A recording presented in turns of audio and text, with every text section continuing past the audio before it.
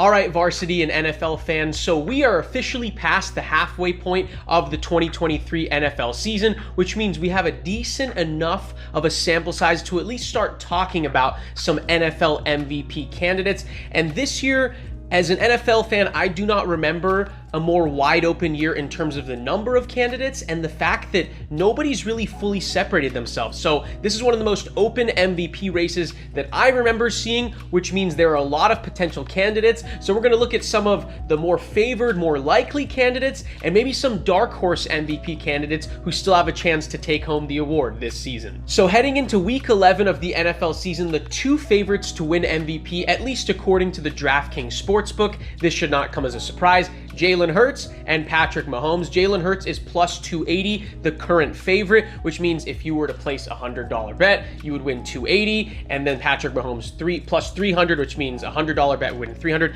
These two faced off in the Super Bowl last year. These were the top two MVP candidates last year. These are two of the best quarterbacks in the league, so definitely no surprise. But in my opinion, at this point, I don't think either of these two should be considered the favorites, or I wouldn't give it to either of them because both of them are playing a little bit below the standards that we expect from them. And oftentimes when it comes to the MVP, unfortunately, you're assessed by your own body of work. And if you're not playing as well as you normally do, these two are still playing great football, but compared to their normal superstar statuses, they're not quite at that level. So at this moment, I wouldn't give it to either of these two. So the next two candidates are Lamar Jackson at plus 425 and Tua Tagovailoa at plus 550. Now, both of these guys have had very good seasons. Lamar Jackson's already won an MVP, but I don't think Lamar is going to win at this point because even though he's had a very good season, his counting numbers in terms of passing, touchdowns, and yards, not quite as good as his great MVP season in 2019.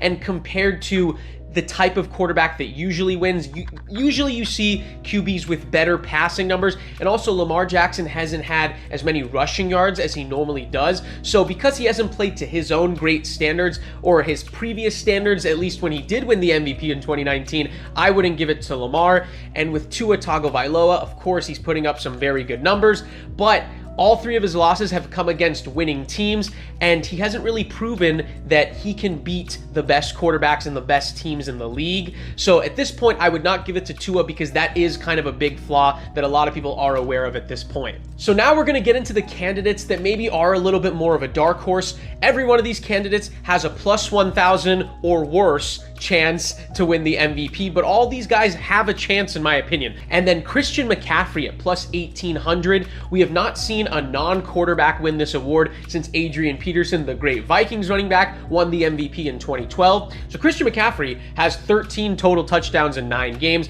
49ers are a great team, so it makes total sense that Christian McCaffrey's in this conversation, and he definitely has a chance. But oftentimes when it comes to a running back potentially winning the MVP, you usually need to put up some historic counting stats, and that usually means yards.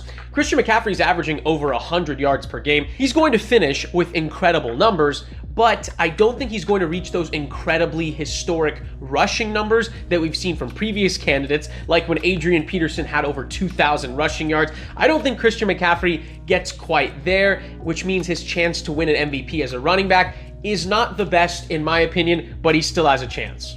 How about the Texans rookie QB, CJ Stroud? CJ Stroud is still only plus 2,500 to win the MVP, but the guy is among the top QBs in the league in terms of passing yards, passing touchdowns. He has a great touchdown to interception ratio, 15-2. I'm here with Coach Layton of the Horizon NFL, and he's just a rookie. A rookie has not won the MVP in the NFL since Jim Brown in 1957, but nobody thought the Houston Texans would be above 500. Nobody thought they'd have a winning record at 5-4.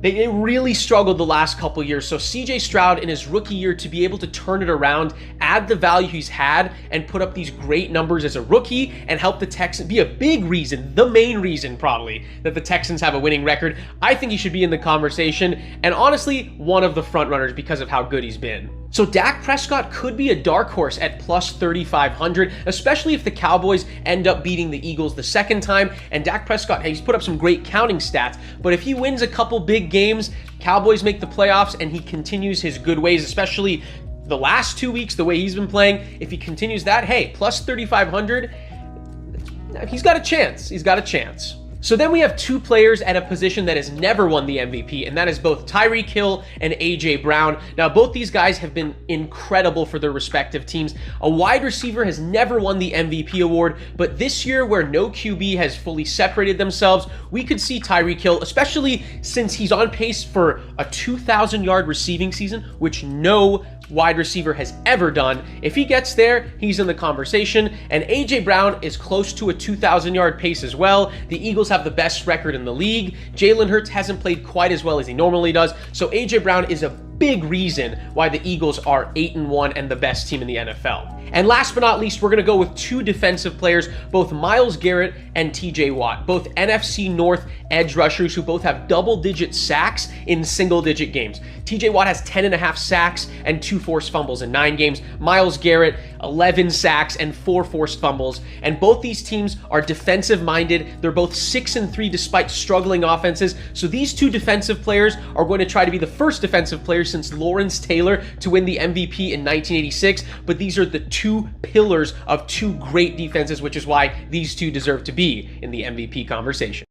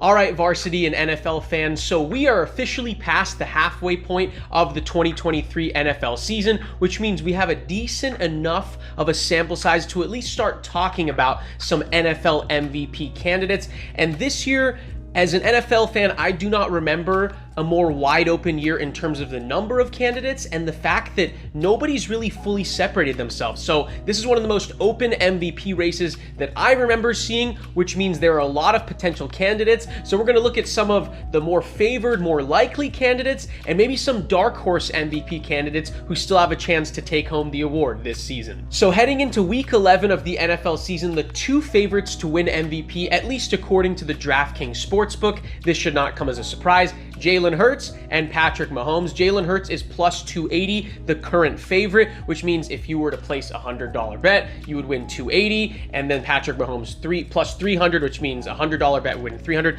These two faced off in the Super Bowl last year. These were the top two MVP candidates last year. These are two of the best quarterbacks in the league, so definitely no surprise. But in my opinion, at this point, I don't think either of these two should be considered the favorites, or I wouldn't give it to either of them because both of them are playing a little bit below the standards that we expect from them. And oftentimes when it comes to the MVP, unfortunately, you're assessed by your own body of work. And if you're not playing as well as you normally do, these two are still playing great football, but compared to their normal superstar statuses, they're not quite at that level. So at this moment, I wouldn't give it to either of these two. So the next two candidates are Lamar Jackson at plus 425 and Tua Tagovailoa at plus 550. Now, both of these guys have had very good seasons. Lamar Jackson's already won an MVP, but I don't think Lamar is going to win at this point because even though he's had a very good season, his counting numbers in terms of passing, touchdowns, and yards, not quite as good as his great MVP season in 2019. And compared to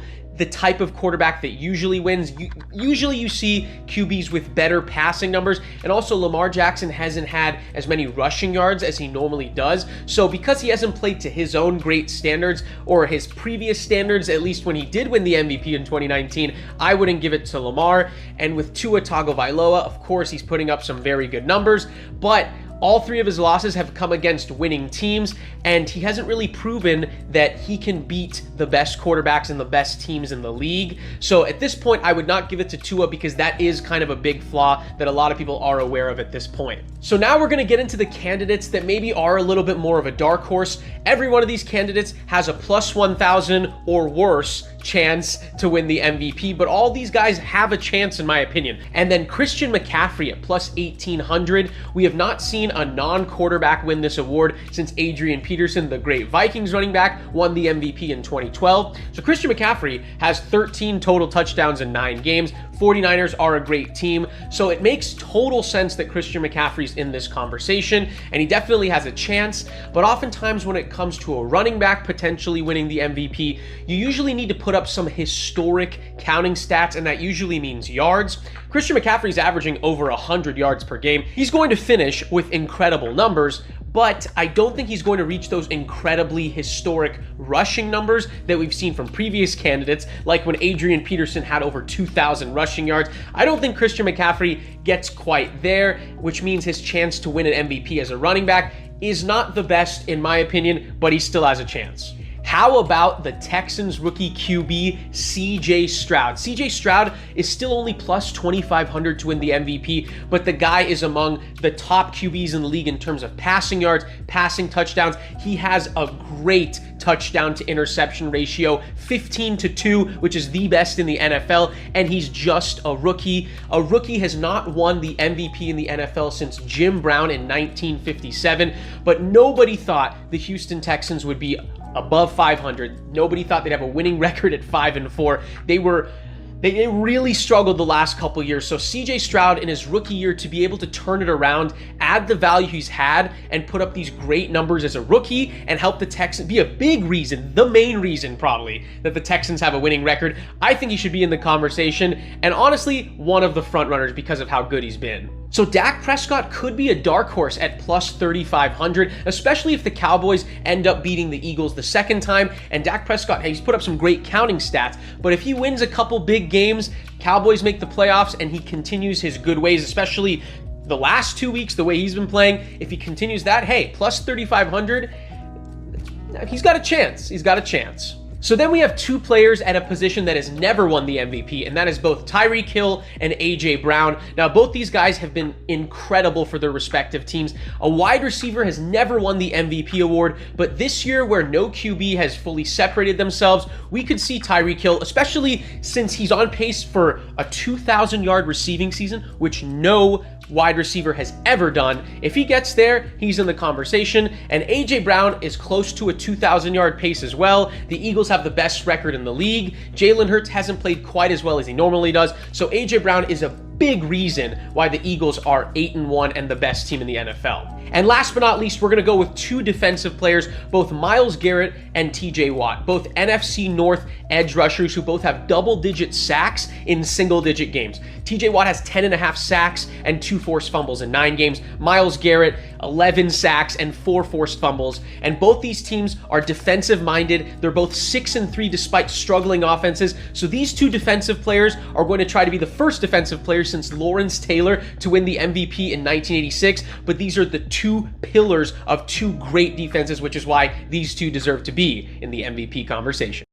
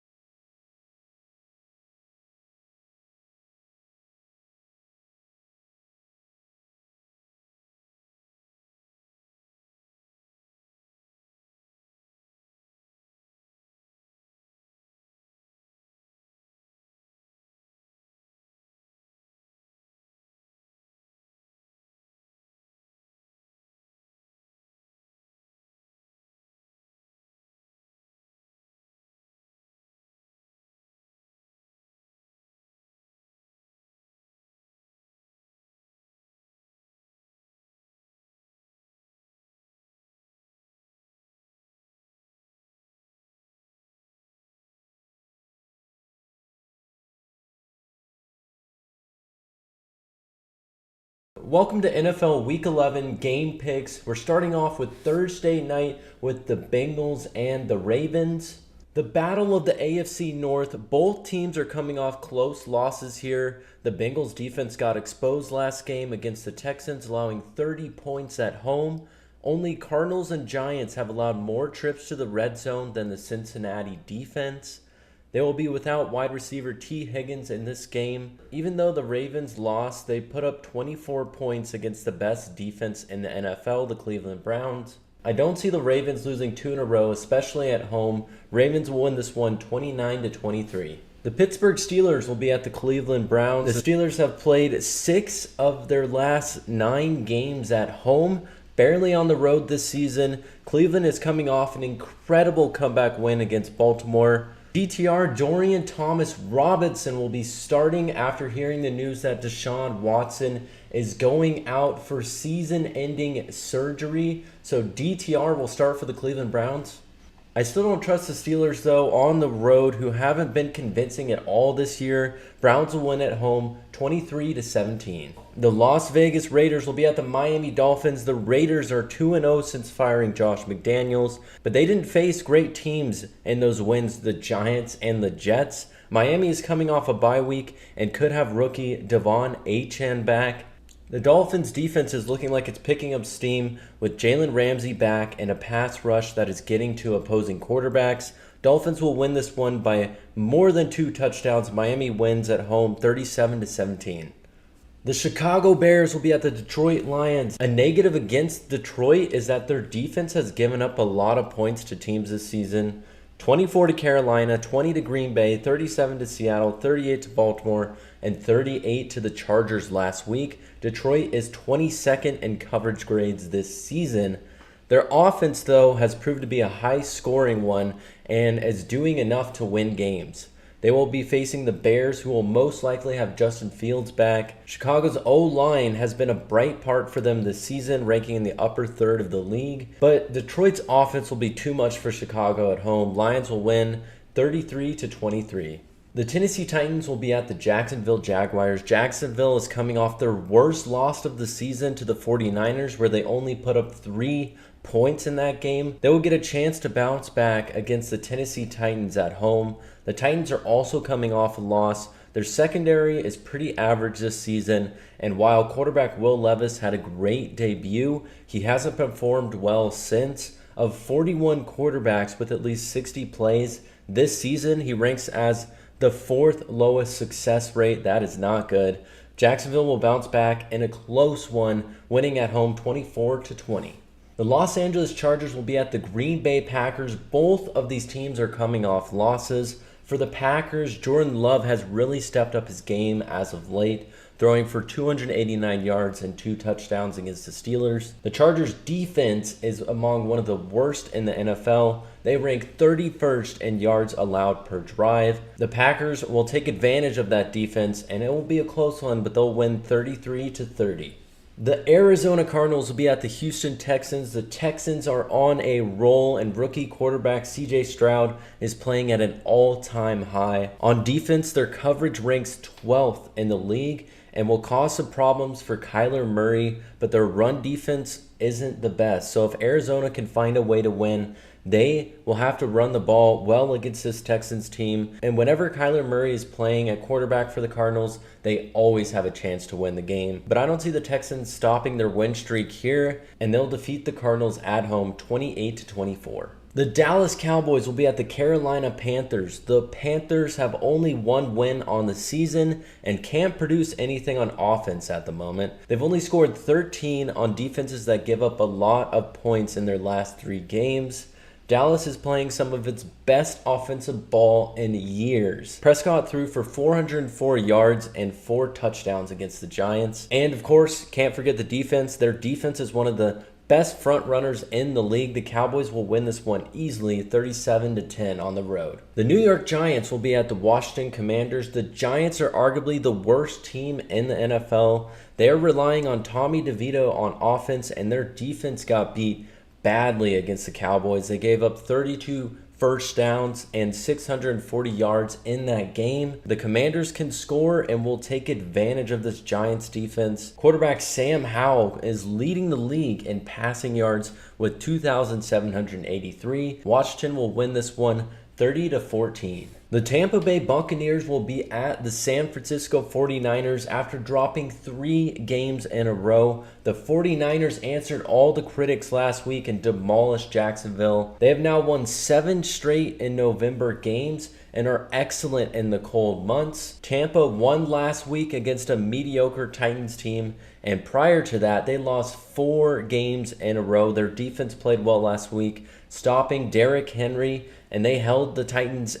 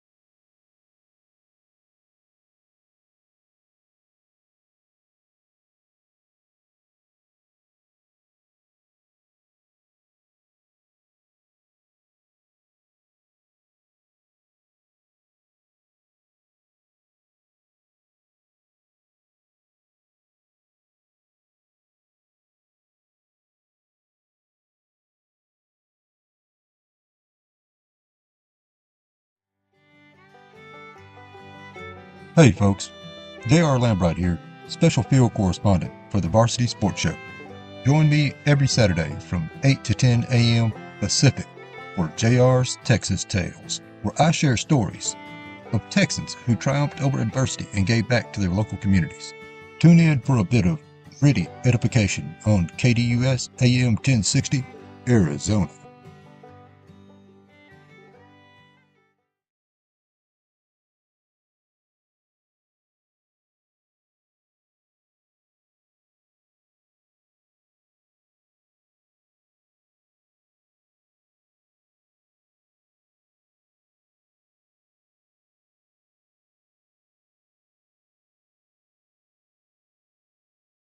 When you think of family restaurants and sports bars, think Bonfire. Bonfire is part of the Tempe landscape, supporting local schools. Join the Bonfire Booster Club Challenge. Mention Corona del Sol, Desert Vista, Marcos.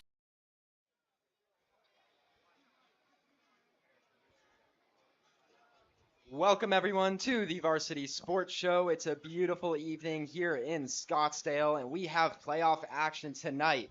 The ala-gilbert North Eagles are taking on the Horizon Huskies. It should be a great one.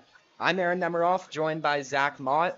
Zach, what are you looking forward to in today's game? Yeah, I think we have a lot of great individual matchups in this one, but first let's look at the offensive to the defensive side. In the regular season finale between these two teams, it was 51-27 Horizon over ala-gilbert North. It felt like a little bit of a back and forth early on. The Eagles were kind of sticking around, and then they started to lose it towards the end, and Horizon took it.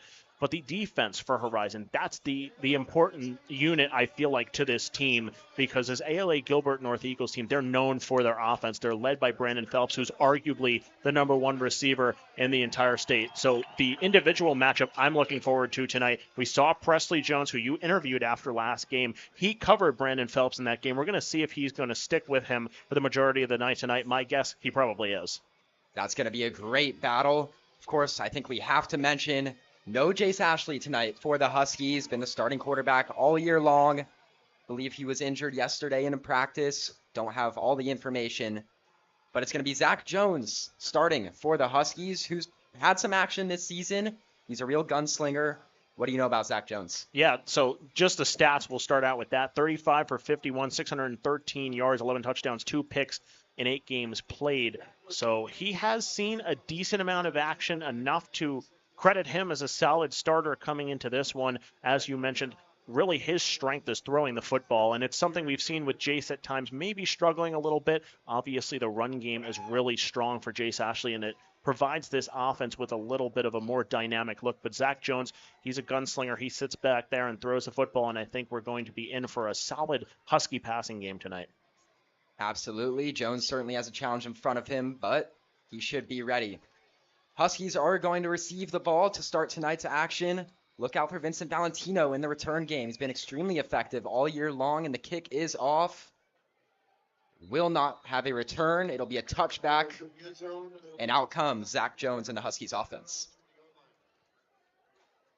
And I'm interested to see how often we see this run game early on. Obviously, I mentioned the dynamic look of the offense with Jace Ashley, but it's been Bodie Zamorano who's been the lead back for this Horizon team through and through for the majority of the season.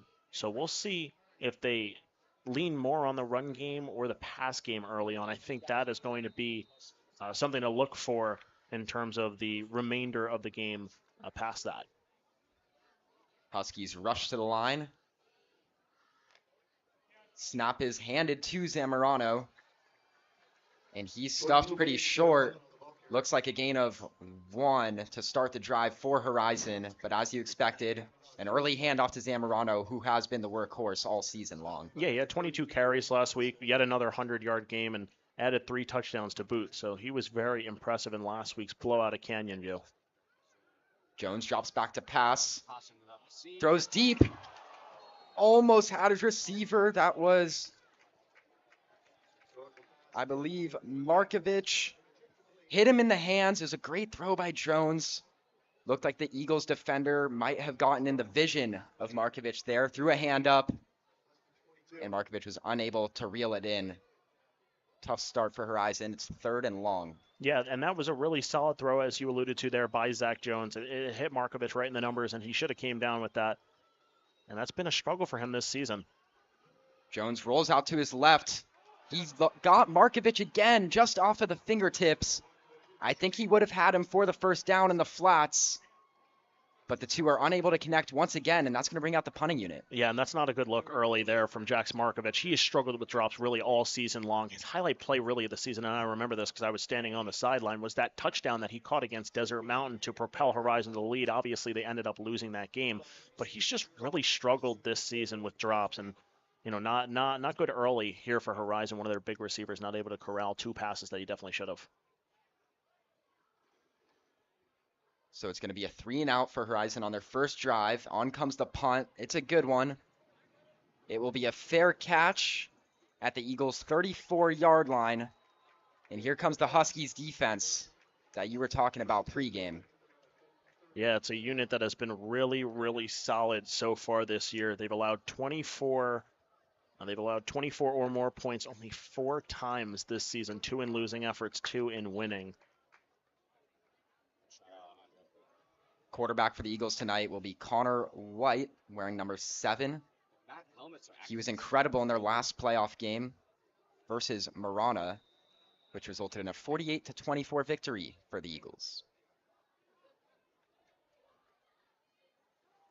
First snap is taken out of shotgun and is handed off. But the Huskies defense is there in the backfield. It'll be a loss of 1, 2nd and 11. That was Talon Runner there, the runner.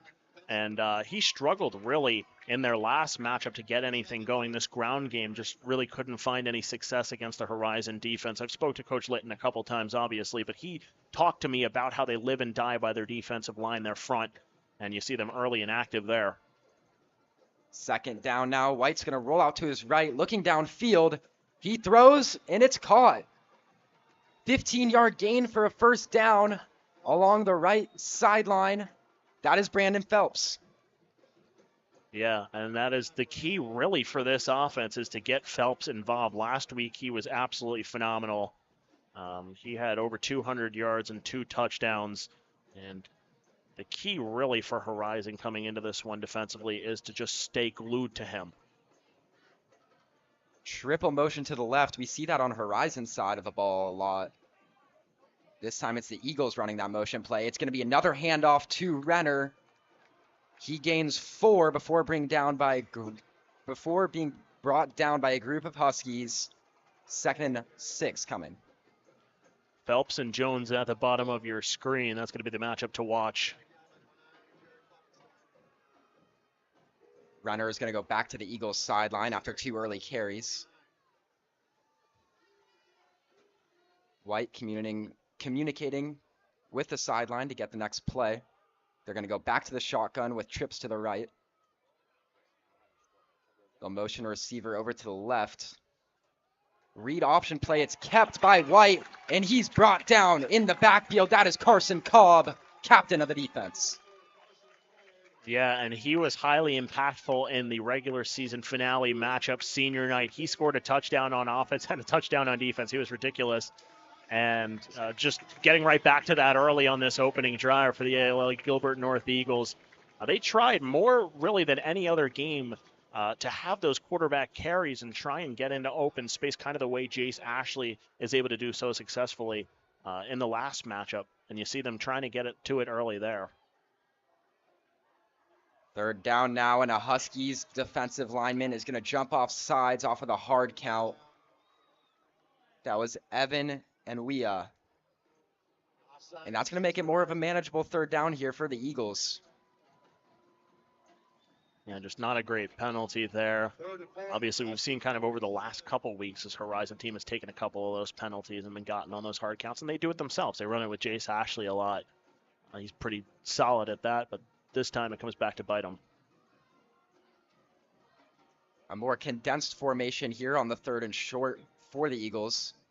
Not as much of a spread. They're going to motion Phelps over to the right to create a trip set. Back to the left. Fake handoff, end around. And that's going to be a first down. Are they going to move the chains? It was awfully close. I think he's going to end up being short here, Aaron. Nope, they are moving the chains, it looks like. That was Boston Morris. Nope, now they're moving it to fourth. So we've been tricked. Eric and I have been tricked up here many times there by the chain gang, but now they move it to fourth down. And the offense remains out onto the field here, Aaron. It gets tricky when they go over to that opposing sideline as far away from us. But here we go, fourth down, empty set. White throws for the first down. And a juke move to the 21-yard line. The Eagles are approaching the red zone. That was caught by Titan Slade. The senior stands in at 6'2". He's been extremely reliable for the Eagles this season. Yeah, he's been wide receiver 2 to Brandon Phelps as wide receiver 1. And if Horizon didn't necessarily do the job they wanted to against Phelps in that regular season finale, they certainly did it to Slade. Only 3 catches for 33 yards in that one. And I think he just might have topped it there. Pretty close. They're going to keep going with these motions to try to catch the Huskies off guard. The snap was dropped, recovered by Renner for a loss of 2. 2nd and 12 coming. And that was Anthony Segura, the Horizon Husky defender in the backfield. And you mentioned that they were trying to get the Huskies caught off guard. I think they were caught off guard by that snap there. At least White was. Certainly looked like it. You mentioned Anthony Segura. He's been incredible on both sides of the ball for the Huskies this season. They're going to go back to the empty set off the motion. White looks to the flats. It's caught by Renner. A juke move and another one. He's going to be brought down at the 11-yard line. And that's going to be a first down. This Eagles offense is starting to gain some momentum. Might be just short of the first, or are they going to start to move those chains? First down. Yeah, they are going to give him a first down there. Renner was not really too effective last week against Marana for the Eagles in the pass game. Only 2 catches for 7 yards, and he certainly topped that one there. There's no doubt about that. And a nice move in the open field. Always love a pass-catching running back because the ability they have running the football, they also have catching the football. Renner remains in the game. Trips to the left for the Eagles. Phelps is in motion. They're going to fake the sweep to him. White's going to keep it. Runs to the left and brought down. Probably for no gain there. Second down now. Yeah, so the Huskies were in zone there. You could tell because of the motion from Brandon Phelps left to right. Nobody went with him, which is kind of surprising considering how dangerous he can be in the open field. They were expecting a run, and they got it there on the quarterback draw. Yeah, you touched on it earlier. You were expecting Presley Jones, number 83 of the Huskies, in the secondary to kind of stick with Phelps throughout the game, but not on that play. They stuck to the zone, and it worked out well. White has 2 in the backfield now, and neither one is Renner. McKay, Beardall, and Boston Morris stand to the left of White. Play clock running down, and there is going to be a penalty. Unless head coach Randy Reisdorf got a timeout before. I think he did. So he will get the timeout off to avoid the delay of game 5-yard penalty.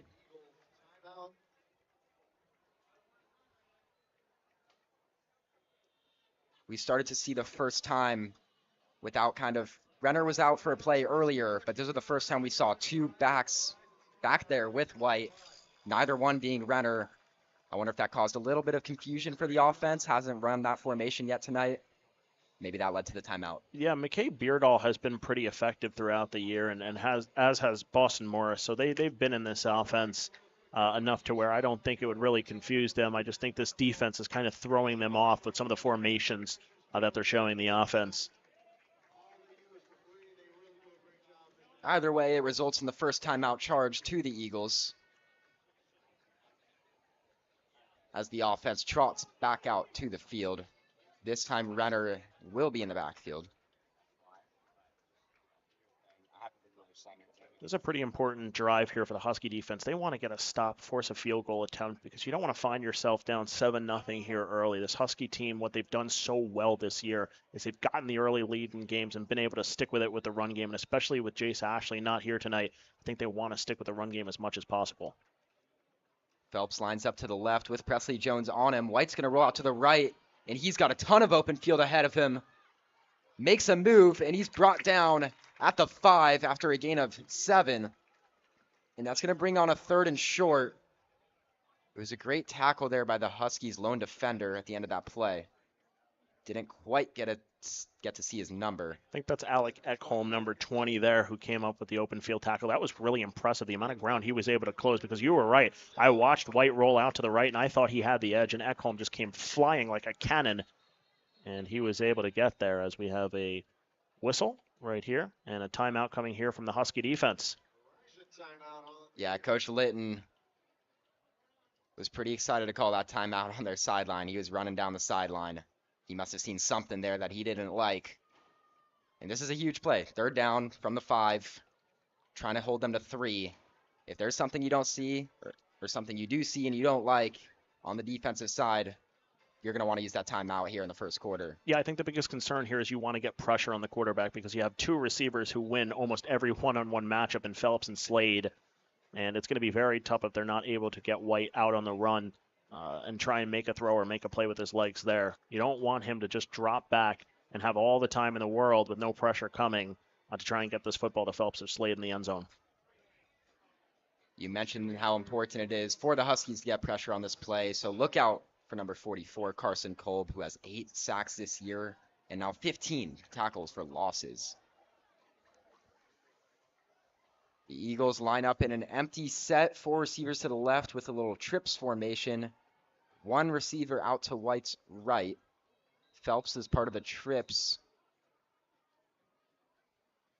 The Huskies look to be sending a blitz. They do. White throws, and it is caught for a touchdown. That is Titan Slade. 6-0 Eagles. Yeah, and Slade just ran a little simple slant there, and it's very hard as a defender when you're playing off of a man to recover on those slants, especially a big-bodied receiver like Slade. Ran a perfect route, a great throw there from White. The defender was completely out of position, and an easy 6 there for the Eagles. Just before the play, as the extra point is good, you talked about how tough it is to cover those guys, Slade and Phelps, in single coverage. And that's what the Huskies did. They blitzed to try to get the pressure early, but White was all over it. He saw that one-on-one, saw Slade win the slant route, and put it right on the money. I mean, I'll explain it like this. It's kind of the lesser of 2 evils, right? Because you have to kind of do both things, because even if you throw a safety back there, sometimes it's Phelps and Slade that are going to make the plays. So you are going to bring an extra man, maybe an extra 2 men, and leave somebody a little bit open where the safety is going to maybe have to cover your receiver. And they kind of did that there, and unfortunately, that didn't really work out for the Huskies, but you always have to take the gamble. Being down early is something the Horizon Huskies are not worried about. Last week, they had a tough start against Canyon View. Started down 14-0, ended up with 6 first-half turnovers, and scored 57 first-half points before ultimately winning that game 77-21. So 7-0 is not something Horizon is going to be worried about. They're going to play their game and try their best, and they believe they can come back and win. Kickoff is a touchback. Horizon will start at their own 20. Obviously, we saw a healthy dose there of run and pass on that opening drive from the Huskies. I wonder if that is going to change and where the marker really is for Coach Litton as to trying to throw the ball a little bit more. And Jax Markovich, he had a tough drive there. He had 2 drops, 2 balls that really should have been caught. So are they going to continue to go to him as well? That's going to be something to look for on this drive. I'm sure they want to establish Bodie Zamorano, who has been their star on offense all season long. But with the gunslinger Jones back there, they're going to pass 2. He throws out to the right. Number 6, Vincent Valentino on the reception. Good gain and good start to the drive for the Huskies. He picks up 7. And a nice little screenplay right there. The blocking on the right side works perfectly. Valentino's the ideal guy really for those situations because he takes those kickoffs and those punts, and he's the returner. He's the guy. He's the speed guy on this team. And when you put him out there on the screen, if he gets the blocks and he gets into the open field, he is going to take a house call. I think that was a direct snap to Bodie in the backfield. Zamorano, it does not work. A group of Eagles are there in the backfield to bring him down for a loss of 1 or 2. We're going to have 3rd and 2. Haven't seen that from Horizon all year long. No, they're trying a little trickery there. It doesn't work. Once again, that run game really not able to get anything going early here. So let's see what they do here on this 3rd down play. They rush to the line, hand it back to Zamorano. He's got a wide hole. He's got room ahead of him. He passes the 50, gets to the 37 before being brought down by Titan Slade, who just had the touchdown. And the Huskies are finally in Eagle territory, and that got some fans on their feet. And just as I said, the run game wasn't really working early for them. Zamorano finds a hole. He hits it perfectly, gets toward the sideline, and a massive gain for this Husky offense that's now going to the quick game. Now in the pistol. Flag is thrown. This might be a false start on Horizon. And it will be. That'll bring them back 5 yards. We'll have 1st and 15. It's a little bit of a momentum killer after that long play. Yeah, you know the saying, sometimes there is a such thing as too fast. And in that case, they were going a little too fast there. The offense wasn't set. Jones wanted to take the quick snap, catch the Eagle defense off guard. And unfortunately, it cost them 5 yards. Back to the pistol. Jones fields the snap.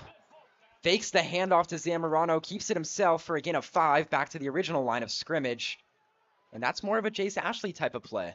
Yeah, I know you and I talked about it before we came on the broadcast that maybe it was something that they wouldn't be able to run, but I didn't really feel like they were going to remove it completely out of their playbook. They run it with Zach there, they get a couple yards, and they make it a little bit more manageable here on 3rd down. 3rd and 11. Jones lines up under center. He's going to hand it to Zamorano. Eagles might have been expecting pass because there was a huge hole for Bodie for the 1st down. He gets to the 21-yard line.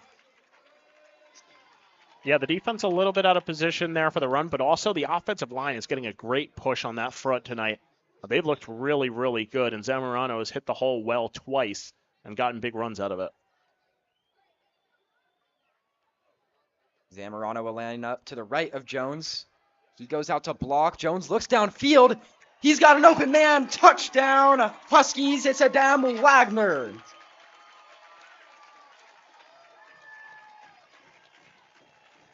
And Wagner got right behind the defense there. He was wide open, and Jones found him. And the Huskies find a way to respond after the Eagles score. An impressive drive, aided by a couple of Zamorano runs, and capped off with a Wagner touchdown. Great play by Zach Jones there. He was patient. He had time in the pocket and just waited for Wagner to get open in the end zone. Gave it right to him for the score. Kick is up, and it is good for the ASU commit, Canyon Floyd.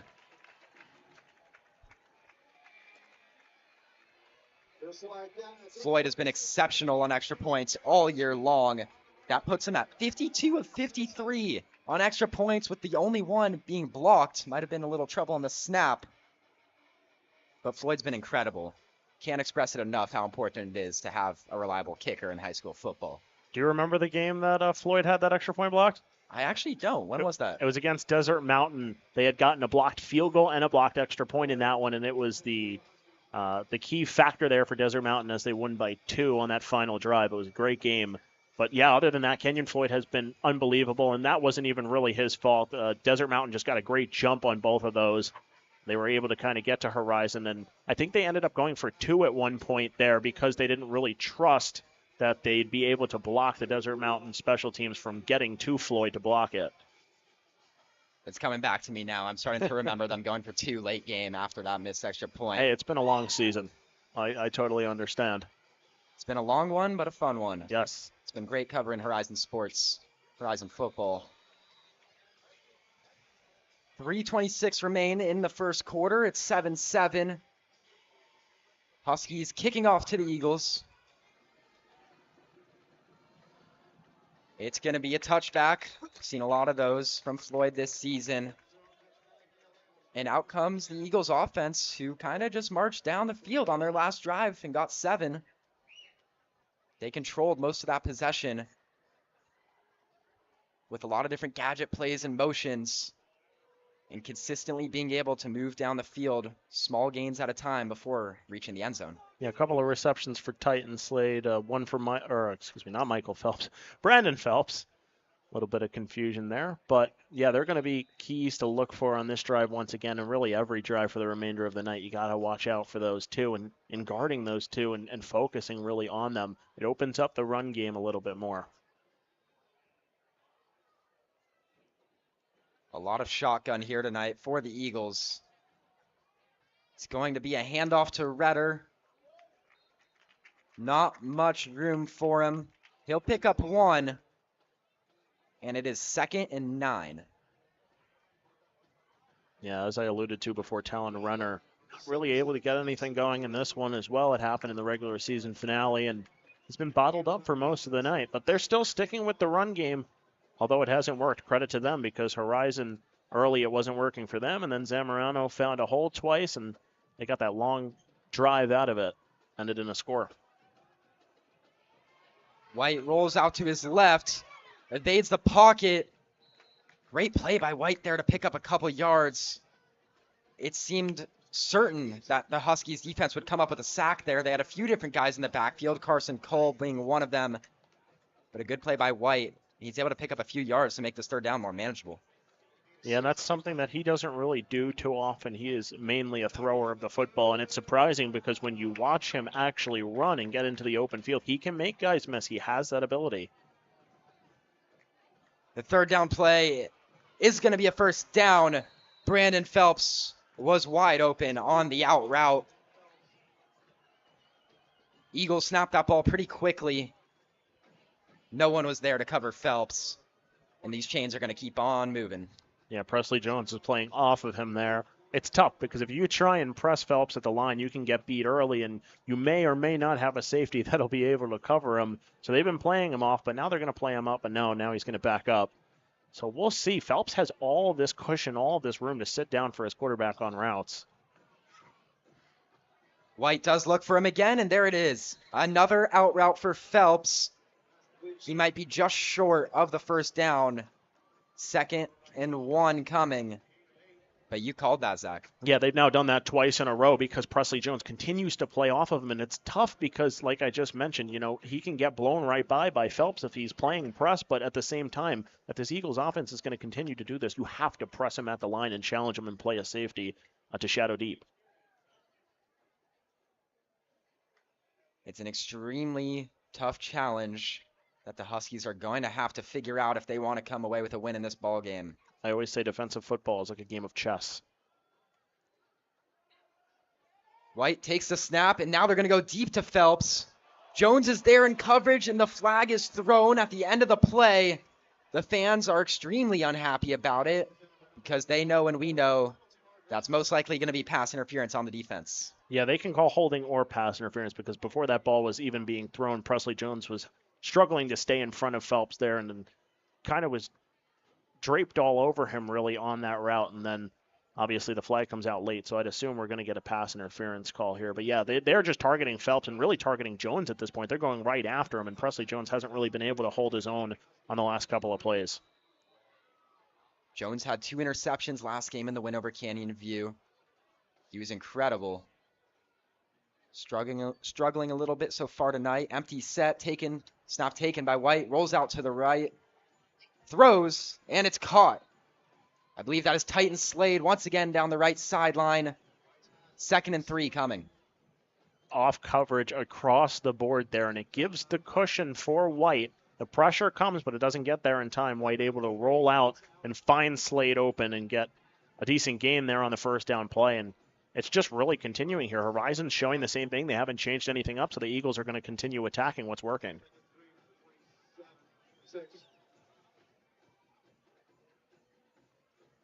White takes the snap, rolls out to his left. There's some immediate pressure by the Horizon Huskies and a big hit as White is taken down by Carson Kolb. Yeah, you talk about how much of a key he is on the defensive side. I mean, he gets the sacks, he gets the tackles, but the way he hits and the force that he just puts on offensive players, it's quite a spectacle to watch. He's so energetic out there on the field as well. He's always hyping up his teammates, giving out high fives. Just a great energy out there and a great team leader for the Huskies defense. Big 3rd down as the crowd starts to make some noise. Empty set for the Eagles. Here we go. White throws to the left side. It is caught by Brandon Phelps. And that's enough for a 1st down. And the Eagles get to the 20-yard line, and this is the red zone. Yeah, and that ball a little bit underthrown there from White. I mean, he had Phelps wide open regardless, and Phelps was able to just sit down literally on the turf and make that catch.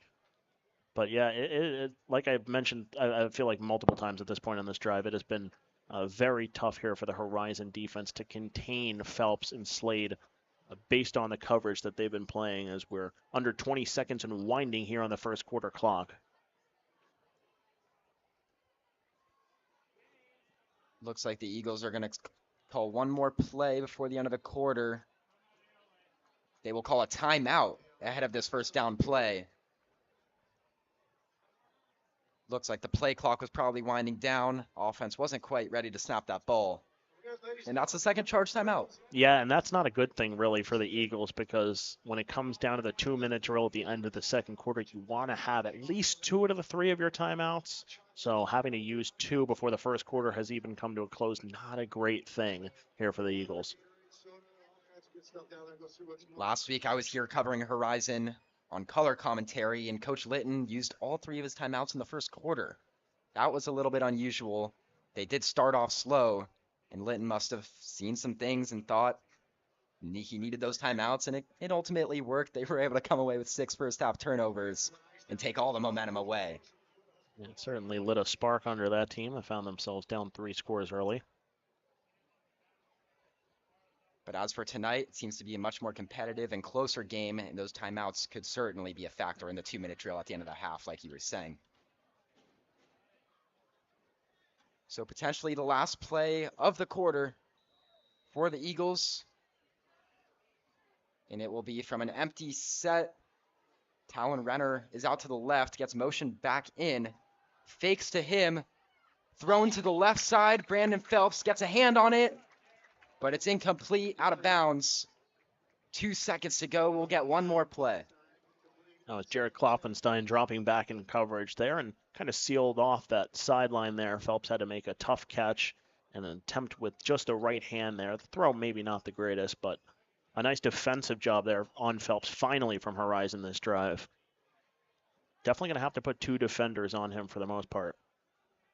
Looked like on that play, White kind of knew who he was going to go to before he even got the football. He stared down Phelps all the way before releasing the pass. Slade one-on-one at the top of your screen. Let's see if White thinks a different way this time. He does start to look towards him, and he will throw It's a short pass, and it bounces. Incomplete pass. That is the end of the first quarter. It'll be 3rd and 10 when we come back. We'll be back with you at the end of the break.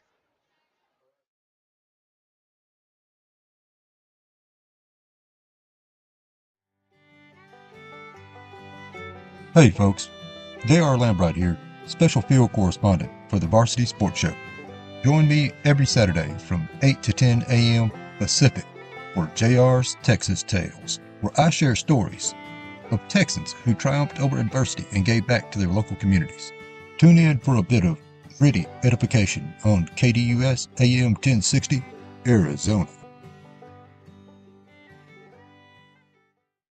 When you think of family restaurants and sports bars, think Bonfire. Bonfire is part of the Tempe landscape, supporting local schools. Join the Bonfire Booster Club Challenge. Mention Corona del Sol, Desert Vista, Marcos de Niza, Mountain Point, or Valley Christian, and that school's sports program will earn loyalty points. The winner after football season will earn a fundraiser at Bonfire. Come for the food and fun, support the community. Bonfire, open every day east of I-10 on Warner. Show your game ticket all day Friday and Saturday and get 15% off. 480-306-6801.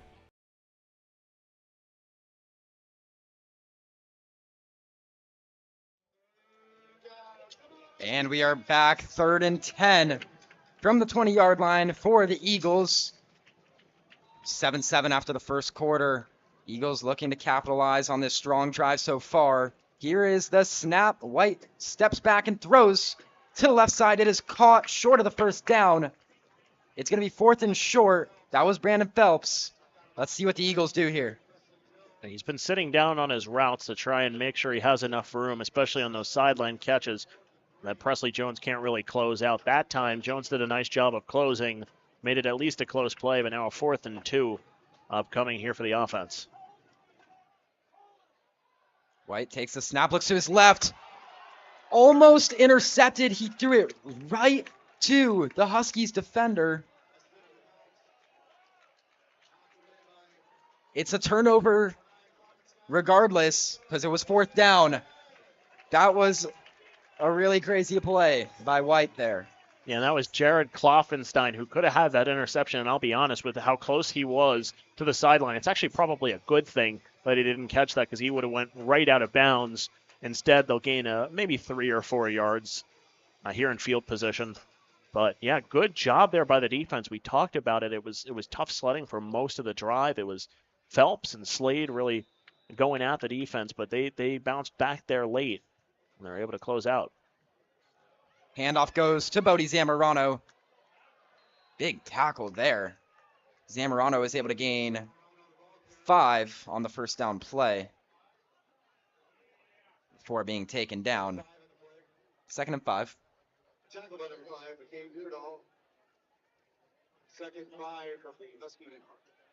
O-line rushes to the line of scrimmage. Snap goes to Zach Jones, and he hands off to Zamorano once again. Goes out to the left. Only able to gain a couple. He is short of the first down. It's 3rd and almost 2. I think it's about 3rd and 1.5 here. See if they go to Zamorano for a 3rd time. Delayed handoff. It does go to Zamorano. He has a wide open hole up the middle to gain about 8 or 9. First down, Huskies. Yeah, the little misdirection on the handoff, as you mentioned right there, is creating a delay and allowing the offensive line, which we mentioned before, that has been getting such a good push tonight, to be able to push that defensive line up and creating a bigger hole for Zamorano. And on those types of plays, he's been able to get those big gains. Anthony Segura is now in the game. He's blocking on this play as Jones throws it to his right side on the wide receiver screen. And that's a productive first down play for the Huskies. They gain 6. Vincent Valentino on the reception. Yeah, so 3 straight runs, and then next set of downs immediately to the pass. Interesting. Coach Litton just trying to keep the defense on their feet. This time the handoff will go to Segura. He's got room along the right side. He's still running. A flag goes down. He's brought down at the 29. I think this is going to be a hold, though, on the Huskies. This play might be coming back. Yeah, no doubt about it. It was a holding on Adam Wagner. I was watching him there, and unfortunately, just a little bit too much jersey there. The defender did a nice sell job on the acting there, kind of dove a little bit, but, you know. Tough play because it was a good run by Segura. He really deserves a lot more credit for his role in this offense. He's kind of the power back. He has 15 rushing touchdowns. That's actually more than Zamorano going into this game. He just has a lot less carries. They use him more as a power back. Yes. Yes, and I had the pleasure to interview him just a couple weeks ago, and he talked about how he prides himself as a bruising back. He loves the contact, welcomes it, and just a traditional classic football player. Just love to see that type of spirit, especially from a big running back like Segura. So this is first down for the Huskies. The penalty came late enough in the play where they were able to gain enough yards for the first down. And this is a long play off the handoff once again. They get all the way to the 22-yard line. That was Anthony Segura once again. Yeah. Anthony Segura said, "You cannot take this from me. I'm going to take it right back." And he relieves Adam Wagner of that mistake there. Now that's going to put the ball basically right back where it was before the penalty. This two-headed monster of Zamorano and Segura, so effective in the run game. This time they'll go to Zamorano. He picks up 4 to get to the 20-yard line. And it's now 2nd and 6. Zamorano, go ahead. Number 7200, Harrison. Starting to get to the territory where you're going to see where this offense wants to put their chips in for the rest of the game. Are they going to run or pass primarily here? Seems to be mostly runs as it goes back to Zamorano for a gain of 1. And now it's a crucial 3rd down for the Huskies. You can always tell what an offense wants to do just based off of their red zone offense. So now we get into that territory. Are they going to pick up a first down here via run? Do they think so? Or are they going to let Zach Jones throw? He's looking to throw here. He's got a man to the left side. Great pass deflection by the Eagles defender. I thought Jones had his guy in the back corner of the end zone. Wasn't able to complete the pass. Great play by the Eagles defense. Yeah, Zach Jones just missed him there. Had a little bit more touch on that, and that would have been a touchdown from Vincent Valentino. He was open back there, but had to almost come back to the football because Jones underthrew it a little bit and allowed the Eagles defender to make the play. But Kenyon Floyd will come in here for the field goal attempt. That was McKay Beardall in coverage on the 3rd down play. Floyd's kick is up.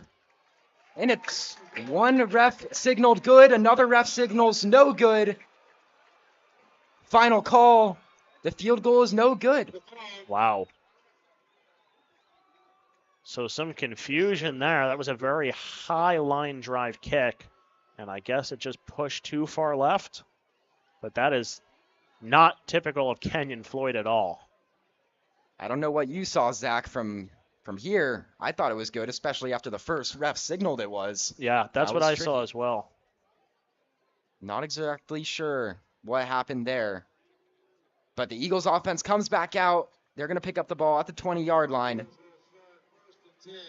And it remains 7-7 here in the 2nd quarter. Had a very tight game to this stage. Huskies move the defense formation around a little bit. And the pass is intercepted. They drop the safeties back right before the snap. And it is intercepted by Presley Jones. Well, Phelps got, it looked like a little hold there at the top of the route, maybe not called, whatever it may be. Presley Jones playing off there finally benefits him as he's sitting right where White was expecting the receiver to be. And that is a huge turnover for the offense and gives the momentum right back to Horizon, especially after that missed touchdown opportunity for the Huskies. But the Huskies offense is back and only about 10 yards back of where they just were 2 plays ago. First play is going to be a handoff to Zamorano. He's taken out on the right sideline after a pickup of 4. I want to quickly go back to Presley Jones, who had 2 interceptions last week over Canyon View. I interviewed him after the game. He had a huge momentum shift with those 2 interceptions. I told him, how are these 2 interceptions going to kind of build into next week? How are you going to take this momentum? And he said pretty much exactly that. He said it was a huge confidence boost, and he's really excited to go into the next game and have that opportunity, and comes away with another interception. Second down play is a check down to Zamorano. But the Eagles defense is all over it for no gain. Another third down coming for the Huskies. Yeah, and I want to build off of that tidbit there that you just gave us from Presley Jones. We got something in today. Great tip. Nick Jones, who is Presley's dad and Zach's uncle. Presley Jones and Zach Jones, by the way, are related. They're first cousins. And his dad won the championship with this Horizon team in 1994, and I'm sure his son and his nephew are hoping to follow in his footsteps. Nick Jones also wore 83 as a defensive back, just like his son Presley is doing now. Very cool story there. Third down, Jones drops back to throw. He's got a man for the first down across the middle of the field. First down, Huskies. That was Adem Wagner once again, who had the touchdown earlier. Yeah, and a nice play there for the Horizon offense. Wagner was open. Jones found him. A nice first down, and it moves the chains.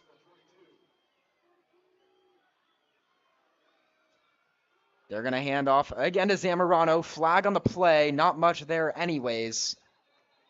This will most likely be a holding on the offense on a run play like that. That's typically the call. We're going to have a mini discussion here. And you are 100% right there, Aaron. So that's going to bring them back to the Eagles 32.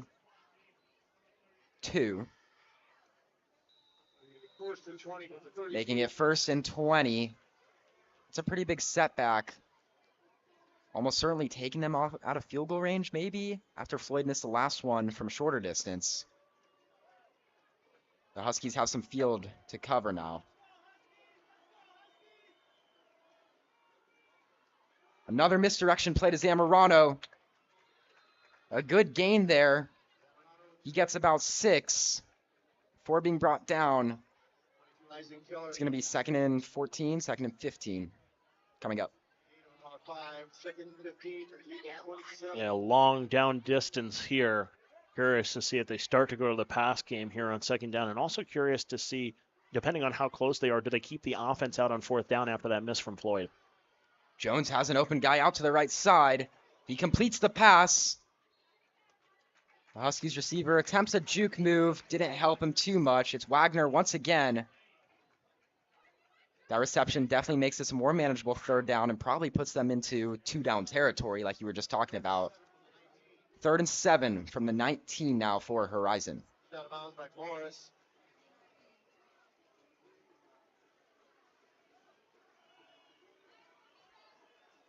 Zamorano to Jones's right. This will be another pass play. Jones drops back to pass. He's got Wagner once again in the end zone. Touchdown, Huskies. Well, we talked about touch being an issue on that last attempt in the end zone on the last drive, and that time it was not. He put it right in Wagner's breadbasket. He beat the defender one-on-one, and he was able to secure the touchdown. 13-7 lead now for the Huskies, and that was a beautiful throw and beautiful catch. You're absolutely right. Just perfect execution there by Horizon in the one-on-one coverage. Canyon Floyd's kick is up and good. For certain this time, no confusion by the refs. Horizon has the lead, 14-7, just under 6 minutes to go here in the first half.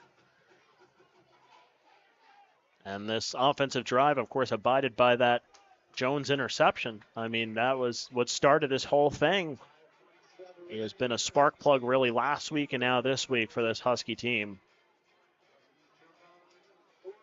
It seemed like the Eagles were going to maybe build some momentum after the missed field goal, getting that offense back on the field, who had 2 good drives to start the game, only coming away with 1 touchdown because they missed the 4th down conversion on their 2nd drive.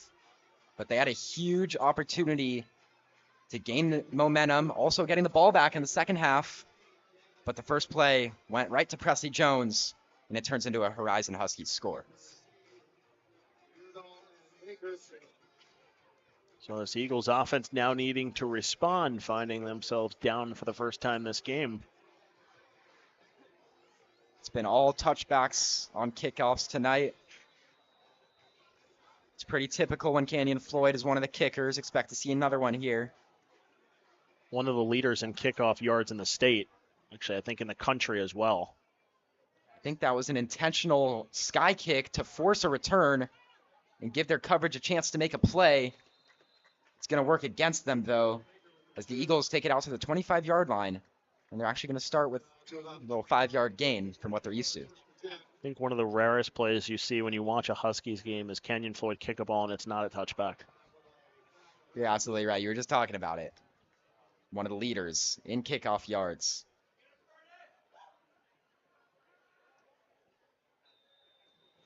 Could see the Eagles here go a little bit more back to Renner, their running back, following the interception by White. And the last throw before that was that 4th down conversion, which he completely misread the defense.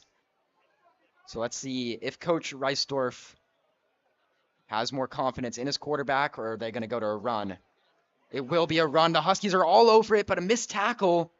And Renner's going to pick up 5 yards on the play. They had him in the backfield.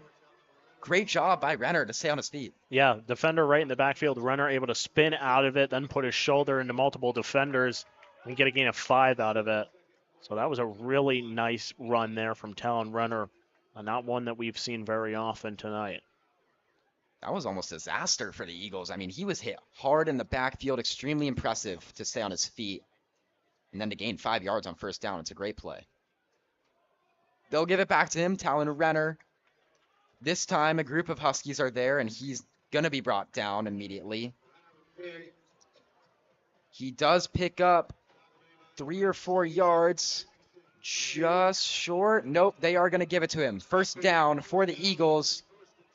Chains are moving. They're out to the 35-yard line. First down. Yeah, I was looking at the far side referee coming in from the sideline where he was looking to spot that ball. I think both the near side and the far side were in agreement that it was a first down. So 2 5-yard runs there from Talon Renner. Not going to be a run here on an empty set. The pass is deflected by the defensive line of Horizon. I believe that was Jackson Murray, who has 3 sacks this year. Great play to cause the incompletion. Yeah, that defensive line got good push there. Not really a clean pocket there for White. And the pass deflected. A nice play made there by Jackson Murray, as you said. And a second down coming. They're going to ISO Titan Slade to the right of Connor White. It's a low snap, not picked up cleanly. Horizon is all over it. Fumble, Horizon ball. Jared Kloffenstein there on the fumble recovery. He came in. He made a key defensive play. Almost had the interception on the other end on that 4th down play. And now he comes up with that stat sheet play. There'll be a fumble recovery for Kloffenstein, and the Horizon offense will take over. So at this point, the Eagles offense just beating themselves up. Absolutely, just causing their own kind of issues. That was definitely a low snap. Wasn't really on Connor White, but he kind of had an opportunity to pick it up. Slipped out of his hands, and Kloffenstein was all over it. Play action on the first play for Horizon. Jones throws, and it is caught along the right sideline. A first down and more. Horizon is inside the 10-yard line. That was Vincent Valentino. And a solid little levels concept there. Had Markovich running underneath, Valentino running over top of him, and Valentino with more room. Jones just threw it to him and got a nice first down there. This time it does go to Zamorano. Kind of expected by the Eagles defense. He is the workhorse. He gets a lot of plays, Zamorano does. No gain. Second down now.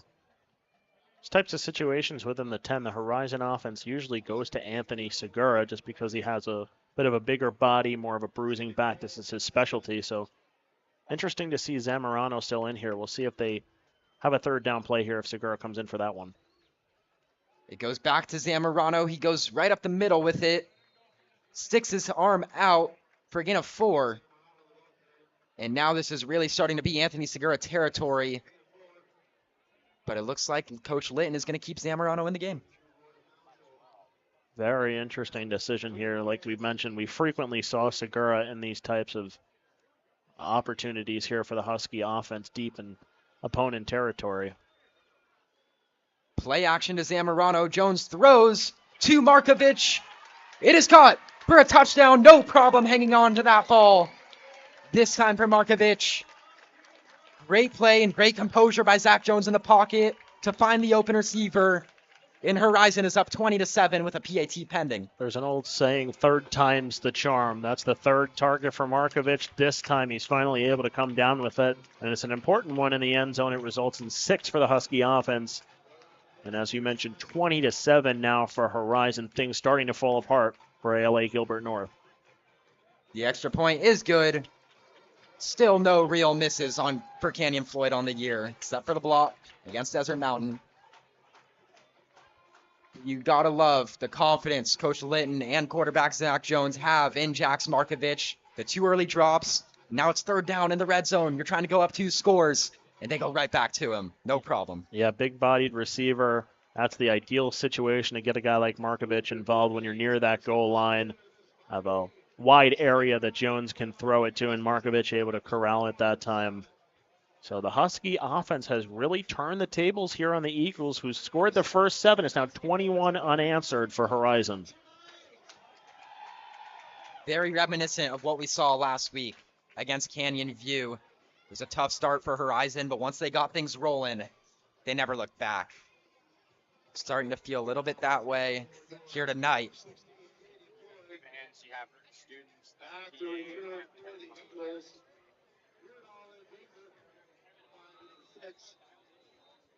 So Floyd is back out for the kickoff. He went short intentionally last time.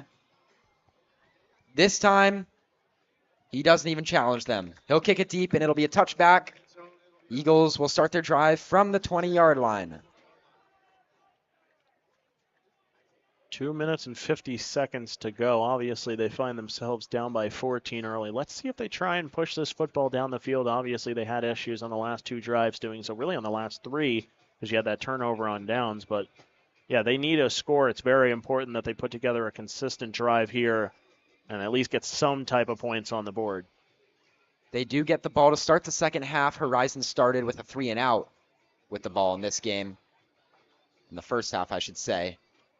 One thing to note, if you're just tuning in or don't remember, the ala-gilbert North Eagles only have 1 timeout remaining. They used 2 in the first quarter off of maybe some miscommunication on offense. So they have 1 timeout here for this 2-minute, 50-second drill where they surely want to come away with points. And that's going to be the 3rd timeout, right on cue as I start talking about. Coach Reisdorf uses his last timeout, and now they'll have 3 minutes to go. No timeouts. Yeah, I don't think time is necessarily the challenge here with 2:50. I think, like I said, you need to get some type of points out of it, so you need a consistent drive. That is the extra discussion with the offensive crew over there on the sideline is going to be important. Again, if you had gotten the ball, say, with 60 seconds to go and only had 1 timeout, maybe we'd be alluding a little more strongly to that being an issue. But I think with 2:50, you got a solid amount of time still on the clock for your offense to put something together.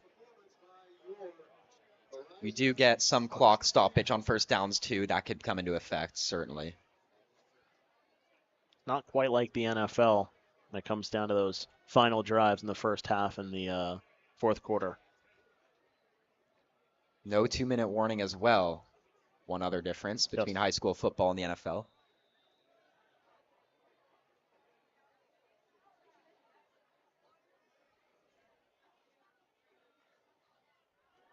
First down snap is thrown to the left side. Almost interception by the Horizon defender. It's a new quarterback for the Eagles. It is Bryson Landon, the junior, out there. Was he out there before the timeout? Did you see that, Zach? No, I don't think he was. I think it was White originally. but Ekholm was the defender there in coverage for the Huskies. Did want to mention that was a near pick for him. Not sure what caused the quick switch up for Coach Reisdorf to bring in the backup quarterback. But here we go. He throws again across the middle of the field. Presley Jones is there with the pass deflection. It is 3rd and 10 with only 7 seconds coming off the clock in these first few plays. Yeah, Bryson Landon's been on mop-up duty throughout most of the regular season. When ala-gilbert North was up or down a lot, he would come in. So he has seen some work. This isn't just a cold quarterback coming in out of the blue. Obviously, White's been struggling a little bit. The pick, the fumble. I think they wanted to make a change here, but we'll see if they stick here with Landon, as the first 2 throws have not been very good for him. 3rd and 10, Landon drops back. He throws deep. He's got Phelps. Incomplete with a flag. Looked like his arm may have been being held by Alec Ekholm. This should turn into a first down for the Eagles. Much needed. Yeah, that ball a little bit underthrown there from Landon, but a nice job there by Phelps to draw the pass interference call there. He had double coverage on him. We talked about it before. Single covering Phelps is a challenge in and of itself, and the Huskies don't want to continue to do that the rest of the night, so they throw an extra defender there, and Phelps does a nice job there drawing the contact, and that gives them a first down. Maybe Landon can settle in a little bit here. First down. The Eagles are in an empty set. We've seen a lot of it here tonight. Landon throws to the left. Phelps makes a leaping catch. That's a gain of 6. A little bit of a high throw, but Phelps is going to make that play. Yeah, that's one where Landon needs to throw a bullet pass. I don't know why he's trying to lob that one over there. He's putting Phelps in a vulnerable position with his back to the defender to get hit. Whether the ball gets jarred loose, he might even get hurt on a play like that if a defender comes in hard enough. So he has to throw the bullet pass there right into the chest of Phelps. Maybe some nerves coming into a playoff game, unexpected for Landon. He rolls out to his right. He goes back to Phelps. It is reeled in for a first down. He makes it out to the 49-yard line, and the Eagles are gaining some momentum. 2 minutes to go. Yeah, and sorry about that, Aaron. That's a wonderful play there from Landon. He rolls out, he finds Phelps. The timing is perfect. He's accurate there, and the throw on the football was much better. Landon might be calming down just a little bit after having a couple successful plays in a row. Back to the empty set. Carson Cole relaying something to his defensive line. Looks like he's coming on a blitz. He is. Quick throw to Titan Slade. Almost caught, but ultimately incomplete. Good coverage by Klopfenstein.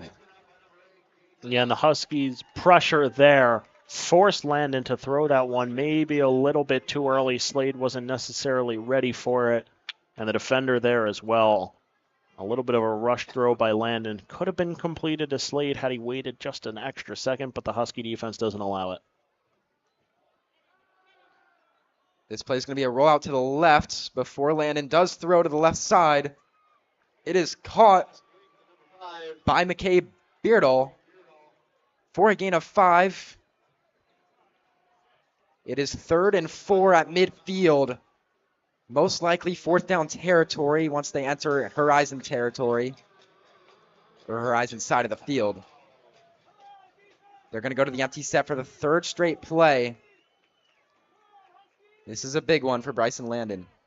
Single coverage with Slade on the bottom here. He looks towards Slade, doesn't throw. Immediate pressure from the Huskies. Tries to get it to Slade at the end. It is incomplete. That brings us to 4th down and a decision to make for Coach Reisdorf. Well, alluding to that, I see no movement from the sideline right now. So for the time being, they're keeping this offense out here. And if they are unable to complete this first down, suddenly Horizon is at midfield with 2 minutes to go. And they can make it a 3-score game before the half. This is just a huge, huge play.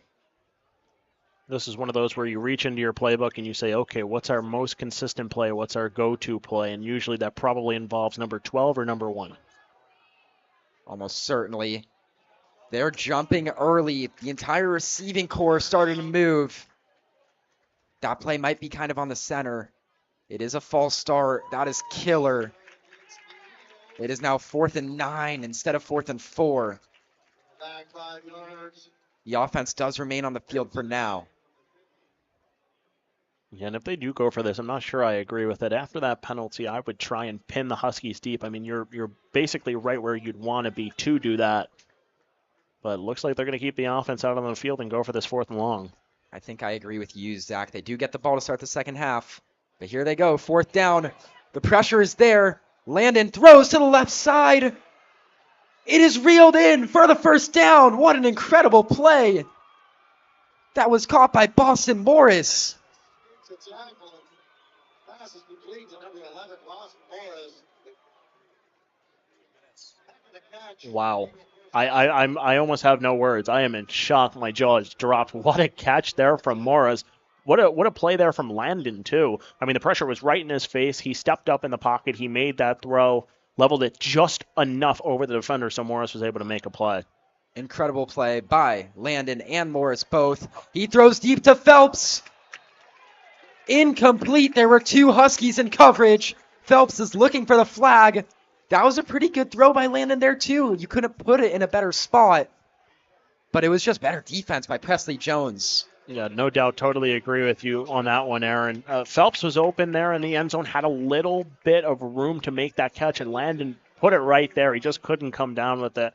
I do agree with him. I think there might have been a little bit too much contact, but that's not the way it goes on the field. It was Tanner Newt and Presley Jones there in the end zone making the play on Phelps. Coach Litton is going to now call a timeout on defense on the 2nd and 10 play. And in the meantime, we'll also take a timeout here on the Varsity Sports Show. 21-7 our score. We'll be right back.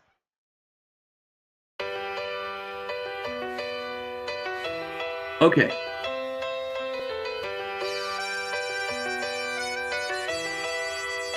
All right, so Miami is at Kansas City. They'll be facing the 6th-seeded North Valley Christian Academy.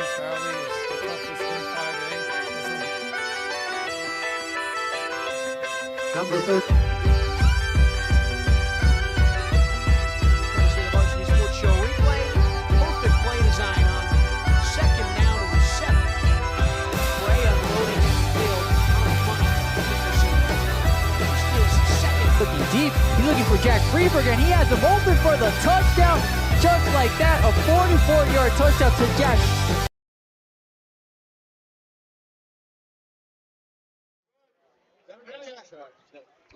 And we are back with the Varsity Sports Show. It is 2nd and 10. 2 plays ago, we just saw an incredible play from quarterback Bryson Landon to Boston Morris down the left sideline to complete a 4th and long. It's a leaping catch in coverage by Boston Morris to keep the drive alive. And now both teams are moving backwards, back to the 50-yard line. 15-yard unsportsmanlike by the Eagles coming out of the timeout. I mean, that is just a drive killer. Yeah, we talked about beating yourself up. Obviously, the turnover is a big part of it, the interception, the fumble. But now these penalties that are just so pointless puts your offense in a terrible spot where you just got a hugely impressive play from your backup quarterback and your wide receiver 3.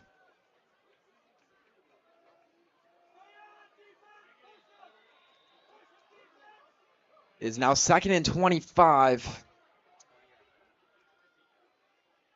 Landon fields the snap but falls back. Doesn't even need to be touched. He loses 4 yards on the play. And we're going to have 3rd and extremely long. Well, there's been some snapping issues tonight with the center, really for both quarterbacks, both White and Landon. But Landon, the last couple, hasn't really gotten a lot of clean snaps. It's been mishandled a little bit by him, whether it's low or high. It's been both. And that time he was just not able to get that one. Maybe a little bit too much pepper on that one when it came in because it forced him back, really, after he made that catch. It'll be interesting to see if the Eagles go a little conservative on the 3rd and long here with a draw play, or they just go deep to their guy Phelps. They are going to go deep to Phelps. Like I said, he goes up, and he makes the catch, being double-teamed. Very close to a first down. We have an injury on the play.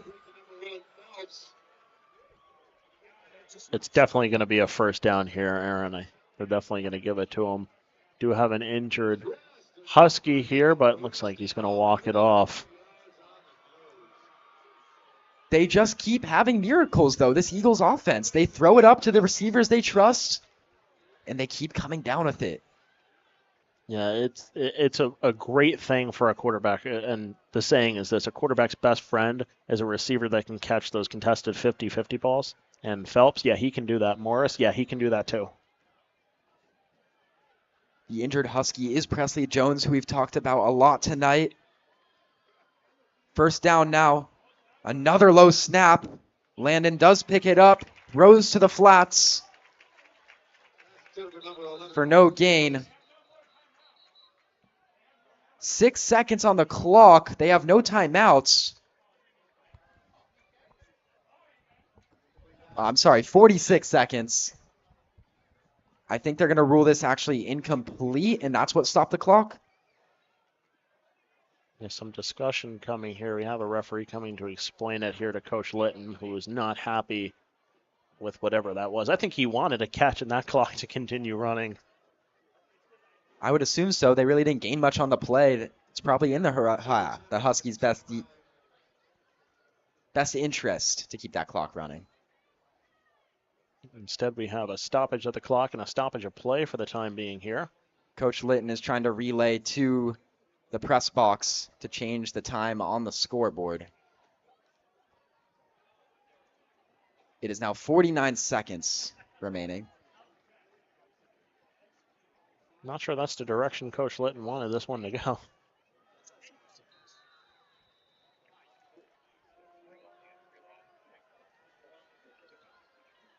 Second and 10, Huskies blitz.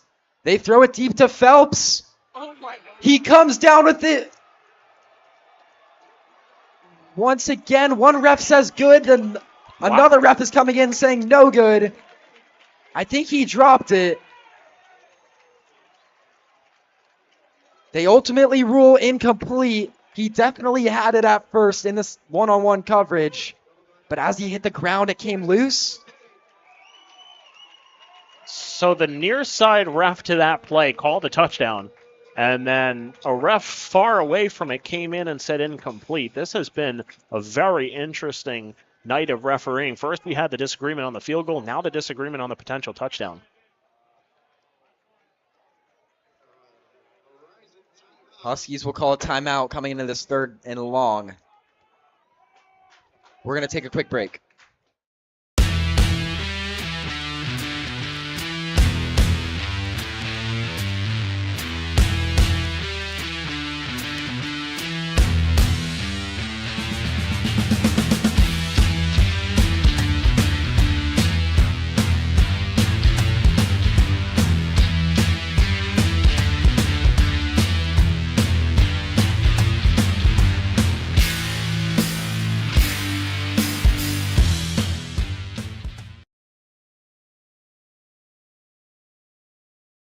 Hi Varsity sports fans, this is Shai Gara. Make sure you stay tuned for our halftime where we break down different highlights from sports locally or otherwise. So plenty of entertainment and content coming your way if you stick around with us.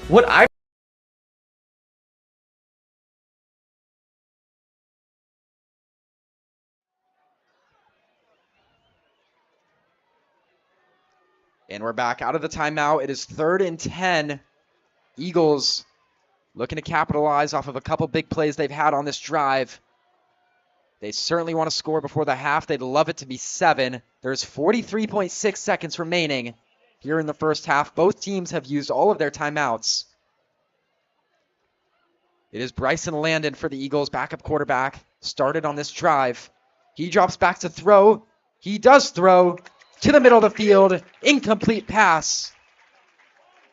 Great coverage by Alec Ekholm. It was Boston Morris, the intended receiver, and he got 2 hands on it pretty much right where his helmet was. Almost had a helmet catch. If you remember, David Tyree did that in the Super Bowl for the New York Giants many, many years ago. But yeah, that would have been a very impressive catch once again from Boston Morris. He's already made a ridiculous one today. And they're keeping the offense out onto the field and good for them here. They find themselves down by 14, and they're going to take a shot. 4th and 10. Landon drops back, throws to Phelps on the left side. It is incomplete. I think Landon threw it a little bit early. Phelps wasn't quite turned yet.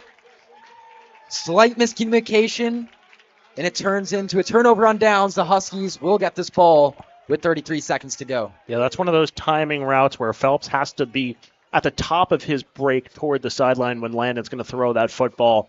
Unfortunately, he wasn't quite there yet, and that one sailed before he was even able to turn and look toward the ball. And the interesting thing with that play is that Connor White and Brandon Phelps have connected multiple times throughout the game on those out routes down the field. But the Eagles went to the backup, Landon, who had a good drive. He made a couple big-time throws, but when it comes to the 4th down, just unable to connect with Phelps.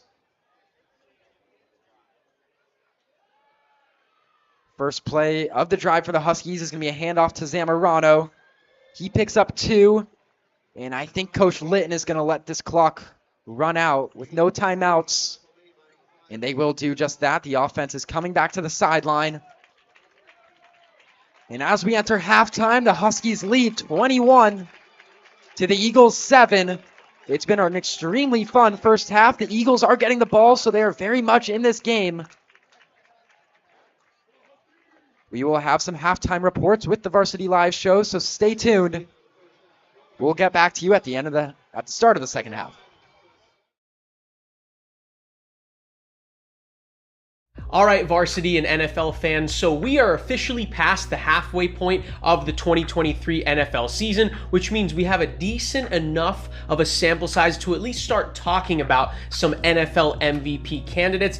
And this year, as an NFL fan, I do not remember a more wide open year in terms of the number of candidates and the fact that nobody's really fully separated themselves. So this is one of the most open MVP races that I remember seeing, which means there are a lot of potential candidates. So we're going to look at some of the more favored, more likely candidates, and maybe some dark horse MVP candidates who still have a chance to take home the award this season. So heading into week 11 of the NFL season, the 2 favorites to win MVP, at least according to the DraftKings Sportsbook, this should not come as a surprise, Jalen Hurts and Patrick Mahomes. Jalen Hurts is plus 280, the current favorite, which means if you were to place a $100 bet, you would win 280, and then Patrick Mahomes plus 300, which means a $100 bet would win 300.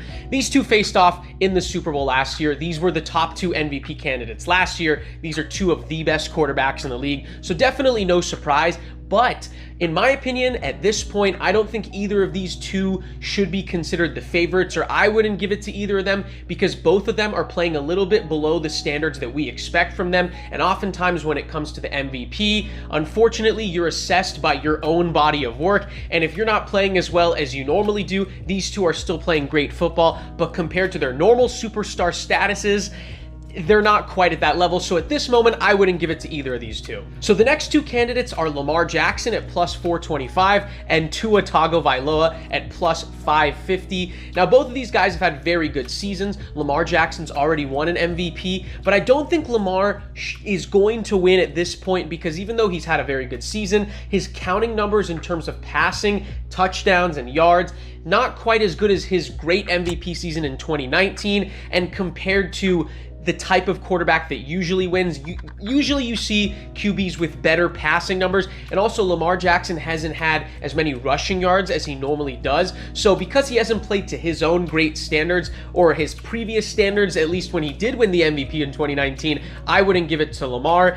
And with Tua Tagovailoa, of course, he's putting up some very good numbers, but all 3 of his losses have come against winning teams, and he hasn't really proven that he can beat the best quarterbacks and the best teams in the league. So at this point, I would not give it to Tua because that is kind of a big flaw that a lot of people are aware of at this point. So now we're going to get into the candidates that maybe are a little bit more of a dark horse. Every one of these candidates has a plus 1,000 or worse chance to win the MVP, but all these guys have a chance in my opinion. And then Christian McCaffrey at plus 1,800. We have not seen a non-quarterback win this award since Adrian Peterson, the great Vikings running back, won the MVP in 2012. So Christian McCaffrey has 13 total touchdowns in 9 games, 49ers are a great team, so it makes total sense that Christian McCaffrey's in this conversation, and he definitely has a chance. But oftentimes when it comes to a running back potentially winning the MVP, you usually need to put up some historic counting stats, and that usually means yards. Christian McCaffrey's averaging over 100 yards per game. He's going to finish with incredible numbers, but I don't think he's going to reach those incredibly historic rushing numbers that we've seen from previous candidates, like when Adrian Peterson had over 2,000 rushing yards. I don't think Christian McCaffrey gets quite there, which means his chance to win an MVP as a running back is not the best in my opinion, but he still has a chance. How about the Texans rookie QB, CJ Stroud? CJ Stroud is still only plus 2,500 to win the MVP, but the guy is among the top QBs in the league in terms of passing yards, passing touchdowns. He has a great touchdown to interception ratio, 15-2, which is the best in the NFL, and he's just a rookie. A rookie has not won the MVP in the NFL since Jim Brown in 1957, but nobody thought the Houston Texans would be above 500. Nobody thought they'd have a winning record at 5-4. They really struggled the last couple years. So CJ Stroud in his rookie year to be able to turn it around, add the value he's had, and put up these great numbers as a rookie and help the Texans be a big reason, the main reason probably, that the Texans have a winning record. I think he should be in the conversation, and honestly, one of the front runners because of how good he's been. So Dak Prescott could be a dark horse at plus 3,500, especially if the Cowboys end up beating the Eagles the second time. And Dak Prescott, he's put up some great counting stats, but if he wins a couple big games, Cowboys make the playoffs, and he continues his good ways, especially the last 2 weeks, the way he's been playing, if he continues that, hey, plus 3,500, he's got a chance. He's got a chance. So then we have two players at a position that has never won the MVP, and that is both Tyreek Hill and AJ Brown. Now, both these guys have been incredible for their respective teams. A wide receiver has never won the MVP award, but this year, where no QB has fully separated themselves, we could see Tyreek Hill, especially since he's on pace for a 2,000-yard receiving season, which no wide receiver has ever done. If he gets there, he's in the conversation. And AJ Brown is close to a 2,000-yard pace as well. The Eagles have the best record in the league. Jalen Hurts hasn't played quite as well as he normally does. So AJ Brown is a big reason why the Eagles are 8-1 and the best team in the NFL. And last but not least, we're going to go with two defensive players, both Myles Garrett and TJ Watt, both NFC North edge rushers who both have double-digit sacks in single-digit games. TJ Watt has 10.5 sacks and 2 forced fumbles in 9 games. Myles Garrett, 11 sacks and 4 forced fumbles. And both these teams are defensive-minded. They're both 6-3 despite struggling offenses. So these two defensive players are going to try to be the first defensive players since Lawrence Taylor to win the MVP in 1986. But these are the two pillars of two great defenses, which is why these two deserve to be in the MVP conversation.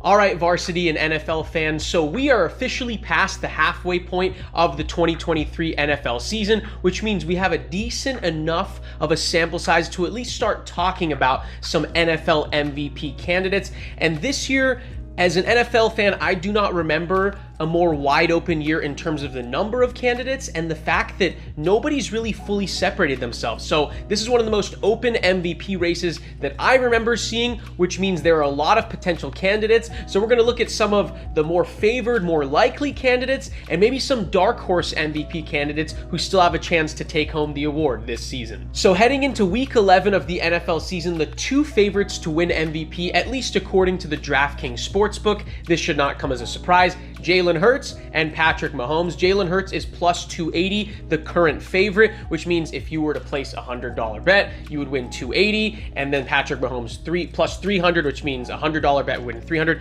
These two faced off in the Super Bowl last year. These were the top two MVP candidates last year. These are two of the best quarterbacks in the league, so definitely no surprise. But in my opinion, at this point, I don't think either of these two should be considered the favorites, or I wouldn't give it to either of them, because both of them are playing a little bit below the standards that we expect from them. And oftentimes when it comes to the MVP, unfortunately, you're assessed by your own body of work. And if you're not playing as well as you normally do, these two are still playing great football, but compared to their normal superstar statuses, they're not quite at that level. So at this moment, I wouldn't give it to either of these two. So the next two candidates are Lamar Jackson at plus 425 and Tua Tagovailoa at plus 550. Now, both of these guys have had very good seasons. Lamar Jackson's already won an MVP, but I don't think Lamar is going to win at this point, because even though he's had a very good season, his counting numbers in terms of passing, touchdowns, and yards, not quite as good as his great MVP season in 2019. And compared to the type of quarterback that usually wins, usually you see QBs with better passing numbers. And also Lamar Jackson hasn't had as many rushing yards as he normally does. So because he hasn't played to his own great standards,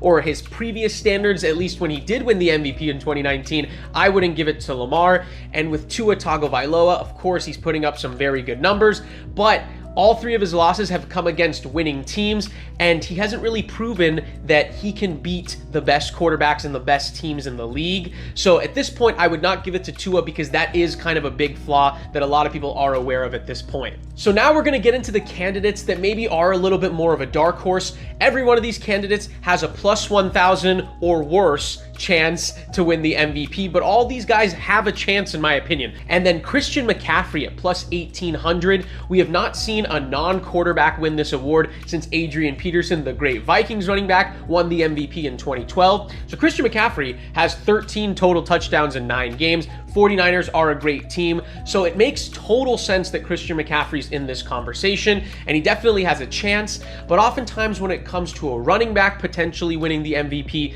you usually need to put up some historic counting stats, and that usually means yards. Christian McCaffrey's averaging over 100 yards per game. He's going to finish with incredible numbers, but I don't think he's going to reach those incredibly historic rushing numbers that we've seen from previous candidates, like when Adrian Peterson had over 2,000 rushing yards. I don't think Christian McCaffrey gets quite there, which means his chance to win an MVP as a running back is not the best in my opinion, but he still has a chance. How about the Texans rookie QB, CJ Stroud? CJ Stroud is still only plus 2,500 to win the MVP, but the guy is among the top QBs in the league in terms of passing yards, passing touchdowns. He has a great touchdown to interception ratio, 15-2, which is the best in the NFL, and he's just a rookie. A rookie has not won the MVP in the NFL since Jim Brown in 1957, but nobody thought the Houston Texans would be above 500. Nobody thought they'd have a winning record at 5-4. They really struggled the last couple years. So CJ Stroud in his rookie year to be able to turn it around, add the value he's had, and put up these great numbers as a rookie and help the Texans be a big reason, the main reason probably, that the Texans have a winning record. I think he should be in the conversation, and honestly, one of the front runners because of how good he's been. So Dak Prescott could be a dark horse at plus 3,500, especially if the Cowboys end up beating the Eagles the second time. And Dak Prescott, he's put up some great counting stats, but if he wins a couple big games, Cowboys make the playoffs, and he continues his good ways, especially the last 2 weeks, the way he's been playing, if he continues that, hey, plus 3,500, he's got a chance. He's got a chance. So then we have two players at a position that has never won the MVP, and that is both Tyreek Hill and A.J. Brown. Now, both these guys have been incredible for their respective teams. A wide receiver has never won the MVP award, but this year, where no QB has fully separated themselves, we could see Tyreek Hill, especially since he's on pace for a 2,000-yard receiving season, which no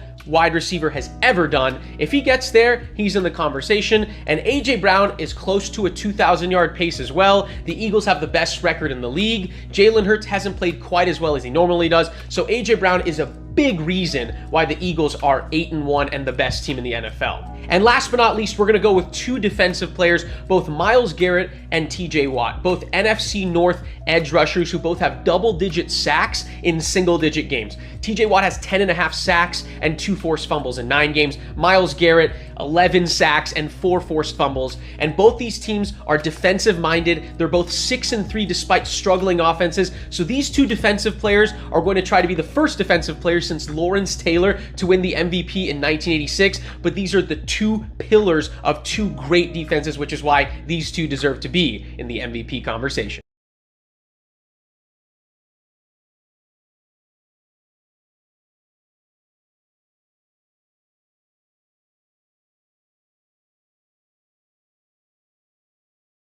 Welcome to NFL Week 11 game picks. We're starting off with Thursday night with the Bengals and the Ravens. The battle of the AFC North. Both teams are coming off close losses here. The Bengals defense got exposed last game against the Texans, allowing 30 points at home. Only Cardinals and Giants have allowed more trips to the red zone than the Cincinnati defense. They will be without wide receiver T. Higgins in this game. Even though the Ravens lost, they put up 24 points against the best defense in the NFL, the Cleveland Browns. I don't see the Ravens losing 2 in a row, especially at home. Ravens will win this one 29-23. The Pittsburgh Steelers will be at the Cleveland Browns. The Steelers have played 6 of their last 9 games at home, barely on the road this season. Cleveland is coming off an incredible comeback win against Baltimore. DTR Dorian Thomas-Robinson will be starting after hearing the news that Deshaun Watson is going out for season-ending surgery. So DTR will start for the Cleveland Browns. I still don't trust the Steelers, though, on the road, who haven't been convincing at all this year. Browns will win at home 23-17. The Las Vegas Raiders will be at the Miami Dolphins. The Raiders are 2-0 since firing Josh McDaniels, but they didn't face great teams in those wins, the Giants and the Jets. Miami is coming off a bye week and could have rookie Devon Achane back. The Dolphins' defense is looking like it's picking up steam with Jalen Ramsey back and a pass rush that is getting to opposing quarterbacks. Dolphins will win this one by more than 2 touchdowns. Miami wins at home 37-17. The Chicago Bears will be at the Detroit Lions. A negative against Detroit is that their defense has given up a lot of points to teams this season. 24 to Carolina, 20 to Green Bay, 37 to Seattle, 38 to Baltimore, and 38 to the Chargers last week. Detroit is 22nd in coverage grades this season. Their offense, though, has proved to be a high-scoring one and is doing enough to win games. They will be facing the Bears, who will most likely have Justin Fields back. Chicago's O-line has been a bright part for them this season, ranking in the upper third of the league. But Detroit's offense will be too much for Chicago at home. Lions will win 33-23. The Tennessee Titans will be at the Jacksonville Jaguars. Jacksonville is coming off their worst loss of the season to the 49ers, where they only put up 3 points in that game. They will get a chance to bounce back against the Tennessee Titans at home. The Titans are also coming off a loss. Their secondary is pretty average this season, and while quarterback Will Levis had a great debut, he hasn't performed well since. Of 41 quarterbacks with at least 60 plays this season, he ranks as the 4th lowest success rate. That is not good. Jacksonville will bounce back in a close one, winning at home 24-20. The Los Angeles Chargers will be at the Green Bay Packers. Both of these teams are coming off losses. For the Packers, Jordan Love has really stepped up his game as of late, throwing for 289 yards and 2 touchdowns against the Steelers. The Chargers' defense is among one of the worst in the NFL. They rank 31st in yards allowed per drive. The Packers will take advantage of that defense, and it will be a close one, but they'll win 33-30. The Arizona Cardinals will be at the Houston Texans. The Texans are on a roll, and rookie quarterback CJ Stroud is playing at an all-time high. On defense, their coverage ranks 12th in the league and will cause some problems for Kyler Murray, but their run defense isn't the best. So if Arizona can find a way to win, they will have to run the ball well against this Texans team. And whenever Kyler Murray is playing at quarterback for the Cardinals, they always have a chance to win the game. But I don't see the Texans stopping their win streak here, and they'll defeat the Cardinals at home 28-24. The Dallas Cowboys will be at the Carolina Panthers. The Panthers have only one win on the season and can't produce anything on offense at the moment. They've only scored 13 on defenses that give up a lot of points in their last 3 games. Dallas is playing some of its best offensive ball in years. Prescott threw for 404 yards and 4 touchdowns against the Giants. And of course, can't forget the defense. Their defense is one of the best front runners in the league. The Cowboys will win this one easily, 37-10 on the road. The New York Giants will be at the Washington Commanders. The Giants are arguably the worst team in the NFL. They are relying on Tommy DeVito on offense, and their defense got beat badly against the Cowboys. They gave up 32 first downs and 640 yards in that game. The Commanders can score and will take advantage of this Giants defense. Quarterback Sam Howell is leading the league in passing yards with 2,783. Washington will win this one 30-14. The Tampa Bay Buccaneers will be at the San Francisco 49ers after dropping And we're back after the halftime break. Coming into the second half, the Horizon Huskies are leading over ala-gilbert North 21-7. It was a great first half of playoff high school football. A lot of action, a lot of big plays. Zach, what do you have to note? Yeah, so obviously we saw a little bit of a back and forth to start this out. Horizon, they gained the momentum and the control of this game, 21 unanswered, still holding as we start this second half. But the important thing here is that the Eagles offense is going to start with this football. They had a solid drive there to end out the second half. Obviously, it didn't result in points, but a couple of impressive catches and even an impressive non-catch from Brandon Phelps in the end zone. But I think they're going to stick with this pass game as we get into the second half, finding themselves down by 14 because it's been working for them to this point. Another short sky kick from Canyon Floyd, trying to make a play with the coverage team. And once again, it doesn't quite work how Coach Litton intended. The Eagles return it out to the 22-yard line. And let's see which quarterback Coach Reisdorf rolls out with. It was the backup Bryson Landon on the last drive to end the first half. It had been Connor White before. And it looks like it will be Bryson Landon to start the second half.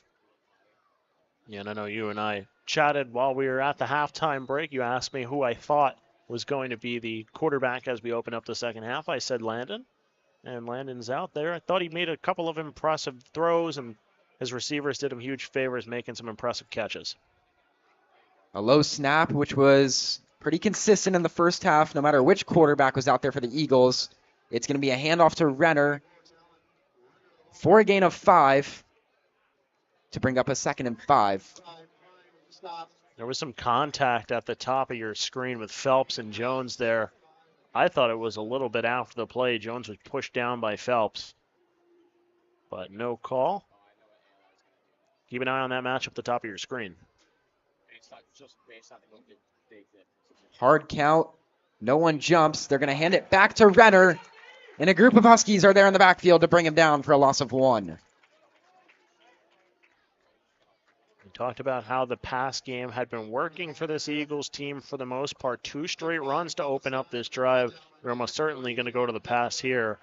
And if Jones continues to play Phelps one-on-one, feeling that's where Landon's going to go. One thing we saw on the last drive from Landon was his composure in the pocket. He took a couple of big hits, stood in there, and made the right throws. Let's see if he does it once again. He's going to roll out and throw to Titan Slade on the left side for a big gain and a first down.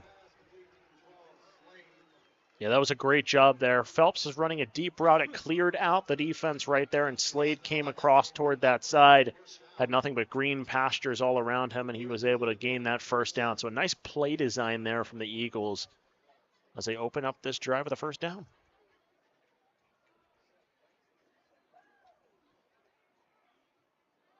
They're going to go back to the run. It is Renner once again, and with a push at the end, he's going to pick up 7 yards on first down. Here the away crowd in the sideline all cheering for Renner. He has put his shoulder into some of these defenders on the last couple runs. Renner's going to go to the sideline. They're going to bring out Cody Thorley, the backup running back, and he will get the ball on his first play, and he's got room. He goes to the outside to the left for a huge gain into Horizon territory. Another first down for the Eagles. Well, the run game is working on this drive. We talked about the pass game working in the prior 2 quarters. All of a sudden, the Eagles come out running, and it has worked for them. They've caught the Husky defense off guard. We were expecting more of a passing attack coming out of the half, but they've gone to the run, and it's been effective. Back to the run, and it is stuffed immediately. That's going to be a big loss on first down.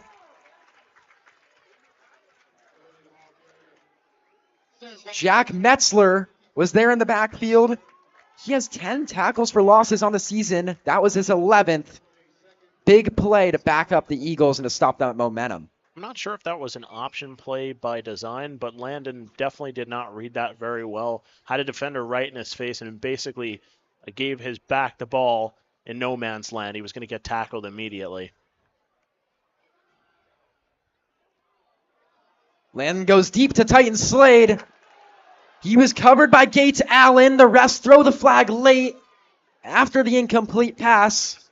This will certainly be a pass interference call. Coach Litton is furious on the Husky sideline. Yeah, Gates Allen didn't agree with that call at all, obviously.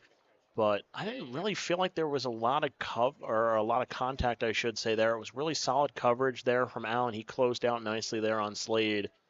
But obviously there's flags on the field. The pass interference will be the call, and a first down coming here for the Eagles offense. Right now they appear to be lining up for a second and short. It is 2nd and 1. My mistake there. Maybe was that an illegal contact penalty? Well, those usually result in first downs too. A lot of confusion here between the referee crew tonight. Stoppage of play here as the referees are talking to Coach Litton, trying to discuss this one out. Looks like we're going to resume play here. They're going to motion 3 receivers to the left side. Now there's 4 over there. But it is a handoff to Renner on the 2nd and short play. It is good enough for a first down. He gains 3.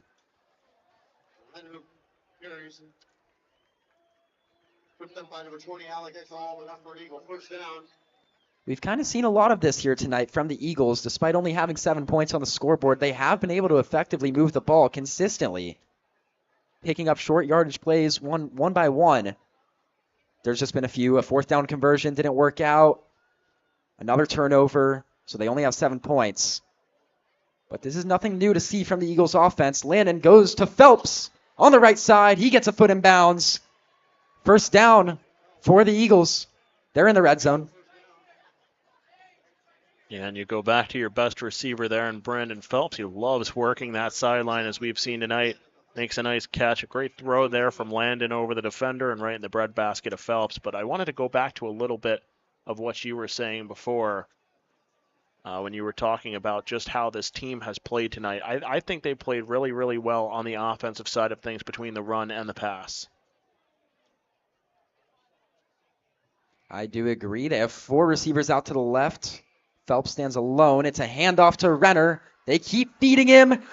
He breaks loose, and he's into the end zone for a score. A couple missed tackles by the Huskies defense. And Renner walks in, and it's a 1-score game. It's that back and forth juggle between the pass and the run game really what they've been able to do this drive has been impressive, to say the least. A couple strong runs from Renner, and it ends with a run into the end zone. And the Eagles answer early here in the third quarter. Pending the PAT, they'll find themselves down by just 7. So now the Eagles, all of a sudden, maybe they're feeling the momentum. The extra point is almost blocked by Alec Ekholm, but the kick is good. 21-14 now. First drive out of the half results in a touchdown for the Eagles. Don't know what was discussed at halftime, but that offense came out, and they marched down and scored. Definitely a huge key, you'd feel like, for ala-gilbert North coming out of the half to put together a nice drive. Stuck with Landon, it paid off there. And Renner getting heavily involved. We talked earlier in the game about how he had been bottled up in their previous matchup to end out the regular season, and this time bottled up in the early goings, but he has really gotten it going here in the second half. Now up 7 points, getting the ball back for Horizon. You think they continue to feed Bodie Zamorano? Yeah, I definitely think so. I think this is one of those drives where Horizon finds themselves up by 7. They want to push the football down the field, so if it comes to those second and long, third and long downs, they're going to want to throw the football. But I think they are going to start this one out with Bodie Zamorano running as much as they can push that train. It'll be another touchback. Horizon hasn't had an opportunity on a kickoff return yet tonight. Vincent Valentino has made some good plays in the return game this season, but it looks like the Eagles won't really give him an opportunity tonight. But let's talk about Zach Jones, who was named the starting quarterback, I believe, yesterday. We didn't really know about it until pregame. He's been pretty good tonight. 21 points the Huskies have put up. Yeah, no doubt. He provides a little bit of a different look for this Huskies offense. Obviously, we mentioned it earlier in the broadcast, but he mostly a pocket passer, whereas Jace Ashley more of a dual threat type.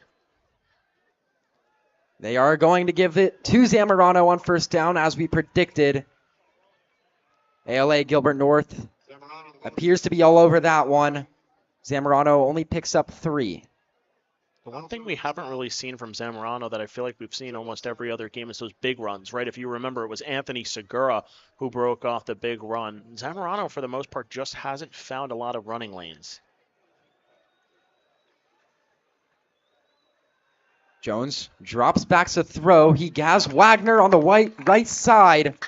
Wagner has been his go-to target here tonight. 2 touchdowns, and he picks up the first down there.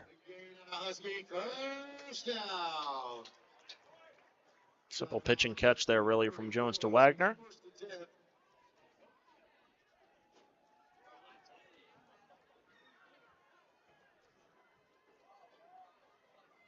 Jones is going to give it to Valentino off the snap, and that's good enough for another first down. He gets to the 45-yard line, a gain of about 11, and the Huskies keep on rolling.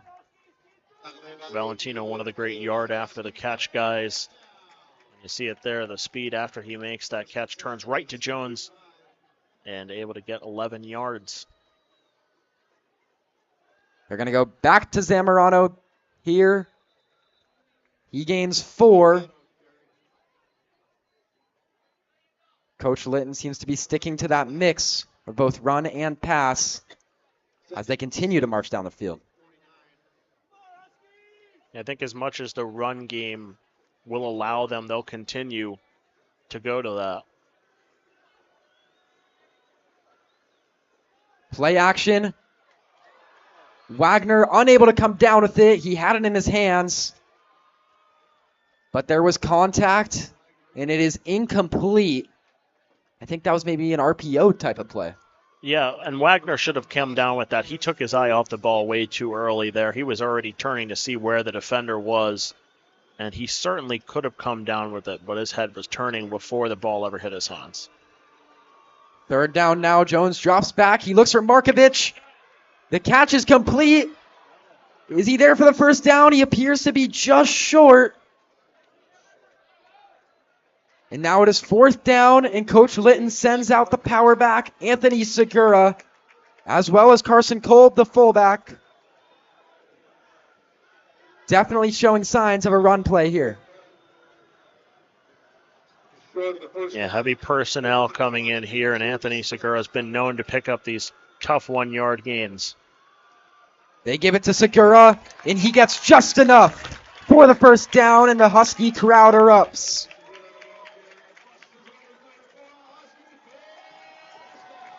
He was hit twice before he got to the line to gain, and he still stayed on his feet. That is why you have a guy like Anthony Segura on your roster.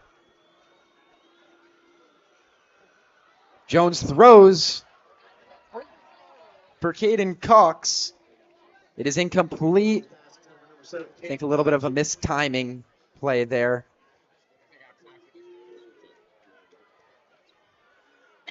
Six and a half minutes in the third quarter.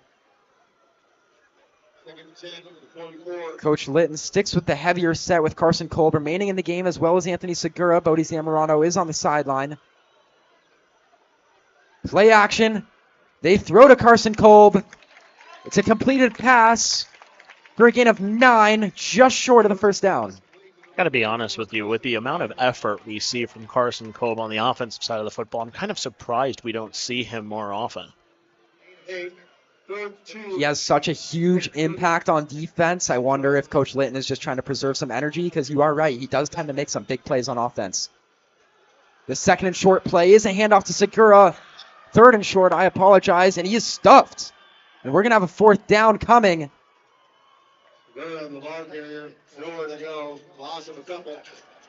We're so used to Segura picking up just enough on those third and short plays. We just saw it earlier.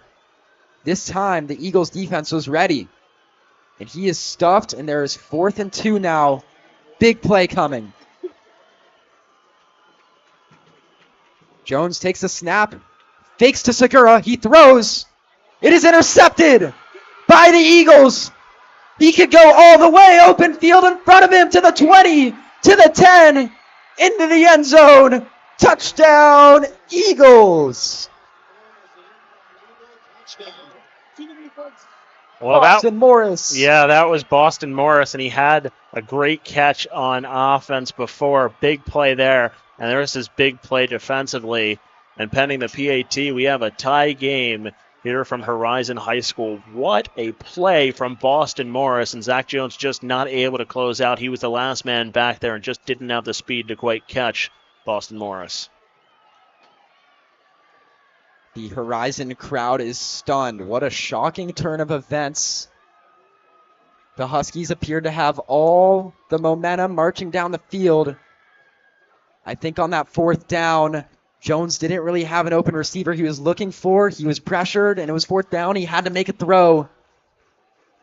Probably the worst case scenario for Zach Jones and the Huskies. Yeah, no doubt about it. The Eagles defense, they were applying the pressure. You're right on about that. But sometimes with Zach Jones, you just got to throw that football away. He had absolutely nothing downfield. Everyone was covered, and I get it. It's third down. You want to try and get the first down as much as possible. When you force the football like that, sometimes bad things can happen as the extra point is up and good. So we do, in fact, have a tie game here from Horizon Huskies Field.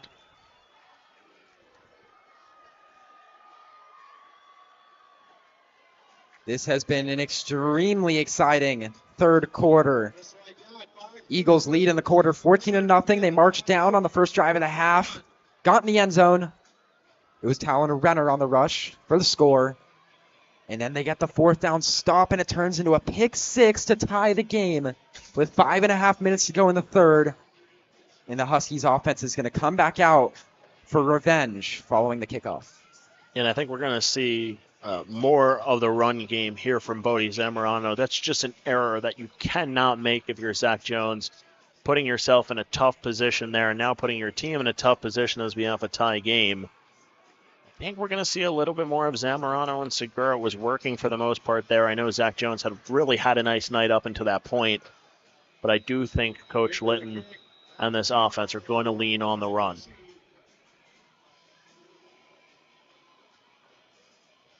They have rode with Zamorano all year long. He has been the workhorse. He consistently rushes for over 100 yards a game and always finds a way into the end zone for Horizon. 21-21 here in the playoffs. Gotta assume Coach Litton is going to feed his star, Bodie Zamorano, on this drive.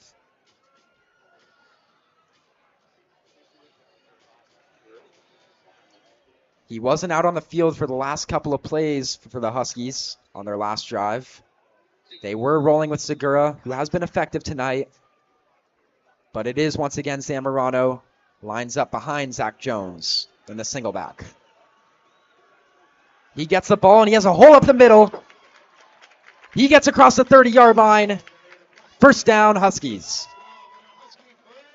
So they immediately go right to the run game, and it works, pays off with Zamorano.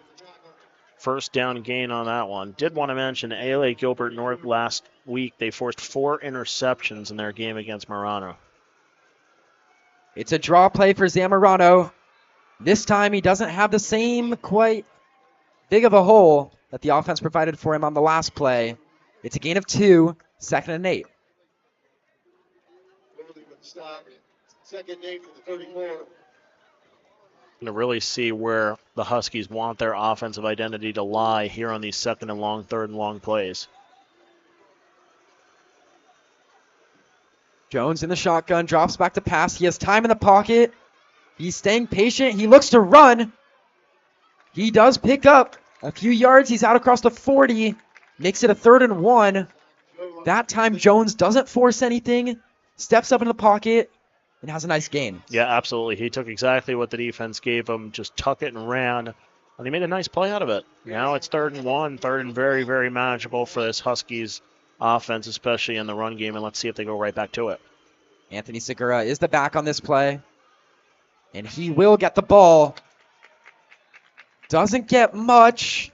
Very close to the marker, and they are going to give him the first down. Good run there by Segura. Gets just enough. And that's kind of what he's out there to do. Short yardage situation back. Segura has been the go-to guy for the Husky offense.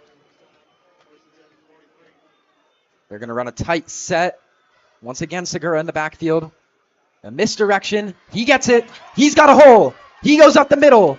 He's out to the 35-yard line of ala-gilbert North. First down, Horizon. Well, this run game is certainly working. I mean, there's almost no doubt about that at this point, and I think the Huskies are going to stick with it. I think that's a false start. Jones tapped his foot. Someone moved. And they're going to go back 5 yards. They had all the momentum. They just kept moving. And now a 5-yard setback to slow things down a little bit. Well, just given the momentum that they've had and the big gains they've had on this drive, I'm not sure they care too much about the 5 yards. I mean, obviously that remains to be seen with the next couple plays, but with the way the run game has been working for them, they can get 5 yards on any given play. Segura lines up to Jones's right in the shotgun. They're going to give it to him on the 1st and 15. He is brought down immediately. Back to the line of scrimmage. 2nd and long coming. well, credit to the Eagles defense. They stood on their head there, made the stop, and didn't allow a big gain the way they have really most of this drive. I'm a little surprised Zamorano hasn't found his way back into the game, but Coach Litton chooses to stick with Segura.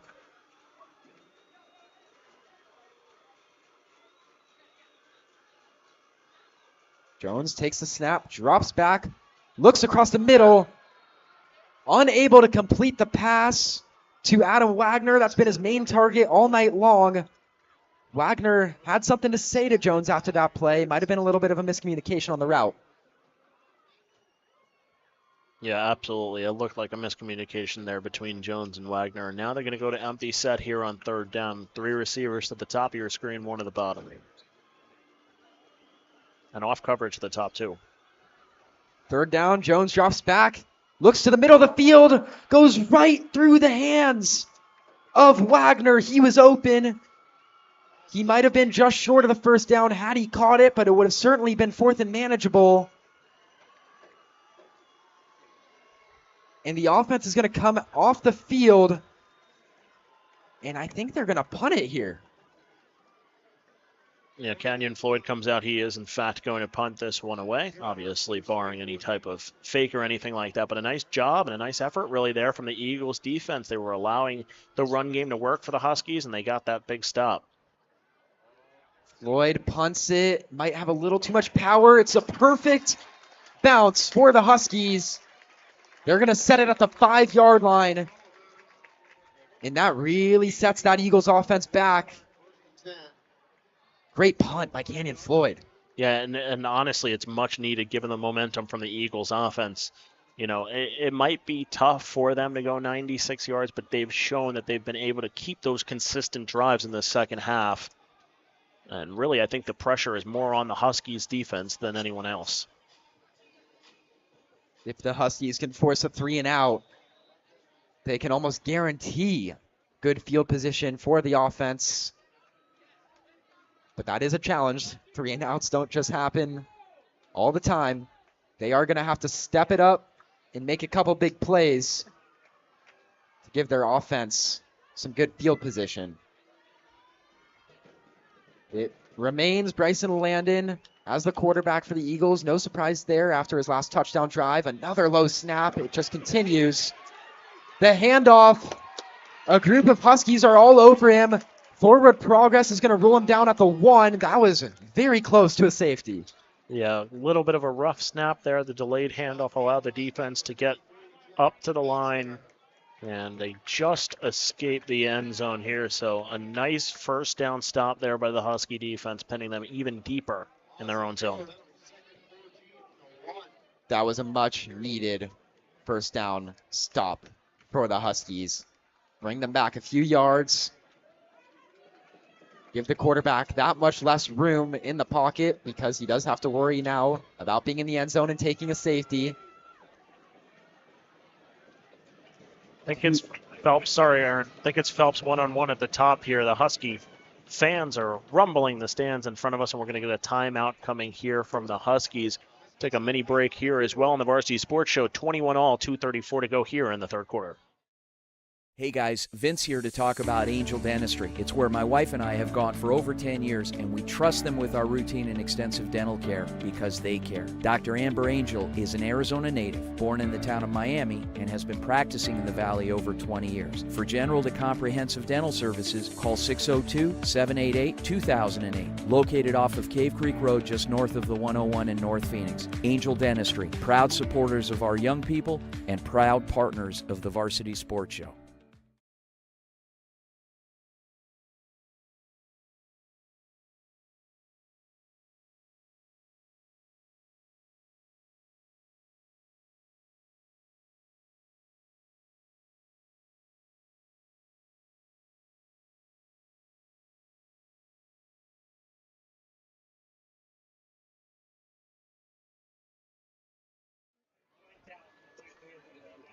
And we're back following the commercial break here in Scottsdale for high school playoff action.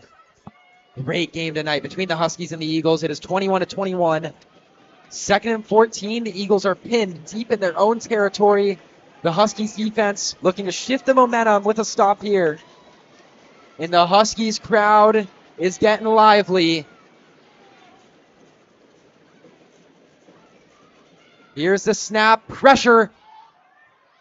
Hit hard, and it is caught by Phelps. He's going to go all the way for a 99-yard score. The Eagles have the lead once again. What a throw by Bryson Landon, who got hit so incredibly hard in the end zone. Chucked it up to his receiver, Phelps, for the score. Yeah, Landon is streaking across the 50 right now. You can imagine that adrenaline is running through him. What an unbelievable throw, and more so an unbelievable catch there from Brandon Phelps, who got behind 2 defenders there, made the catch right near them, and then toasted everyone to the end zone. An amazing play for the Eagles, who, pending the PAT, have 20 unanswered points. The extra point is good. It is good. And the Huskies are under some serious pressure now after giving up 21 straight. They're going to need Zach Jones, the usual backup quarterback, to step up, come out to the field, and march his team down for a score. Yeah, and we talked about following that pick six. What was the offense going to look like? Were they going to try and run the football? And they did. And at that time, obviously, the score was tied. Now, all of a sudden, you find yourselves down 7, and I don't think there's any question. Zach Jones needs to come out here and throw the football. We've both loved the way Jones has thrown the football this season. He's found himself into some games. Ashley's gotten hurt a couple times, and also late games in Horizon blowouts. They do give Jones a shot. He has some serious talent throwing the football. His passes are crisp. He has good accuracy. He tends to make good reads. He certainly has what it takes to bring the Horizon back into this game and win this game. Yeah, and Adam Wagner had one drop on that drive as well as a little bit of a miscommunication there. So I think they're going to look his way here. So keep an eye on number 2 for the Horizon Huskies.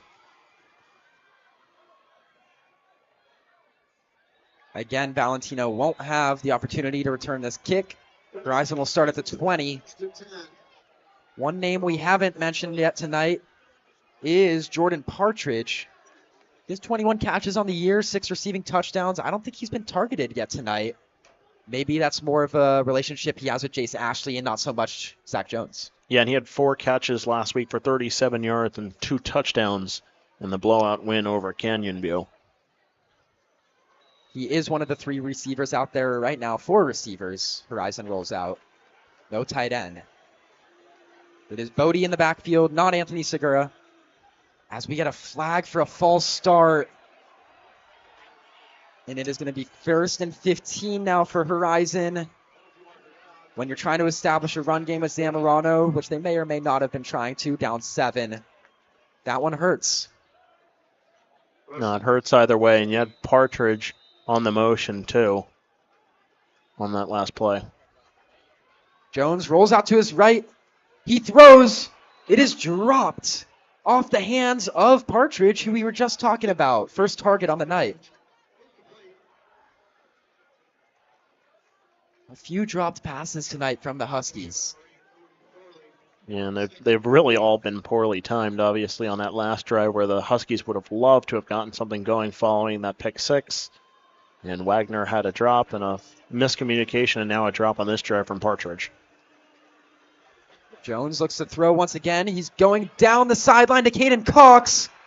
Cox might have had a step on him, but it results incomplete. Amari Thomas was there in coverage and got a hand on it. Coverage flawless there, by the way, from Thomas. Cox had maybe a half a step really on him, but that ball not put out enough in front of Cox for a play to be made on it. So now it's 3rd and 15 for the Huskies with all the momentum pointing toward the ala-gilbert North Eagles. Jones has time in the pocket. He looks. He's going to go to the flats. To Caden Cox. Cox makes a move down the right sideline.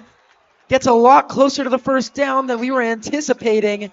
I think it's going to be 4th and 1. And Coach Litton is going to bring out the punting unit.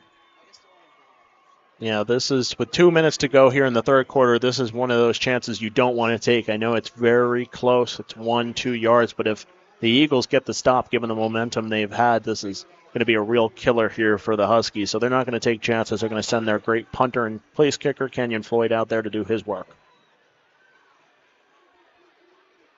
Look out for a direct snap to Zamorano. It won't be. Kenyon Floyd does get the snap and punts. It's a little short than we're used to seeing from Floyd, but a nice Huskies bounce, and it rolls all the way to the 33. It's a good result for a Horizon punt. Yeah, being able to flip the field like that is one of the reasons why the Huskies had almost no hesitation there on whether or not to go for it, pinned pretty deep into their own zone.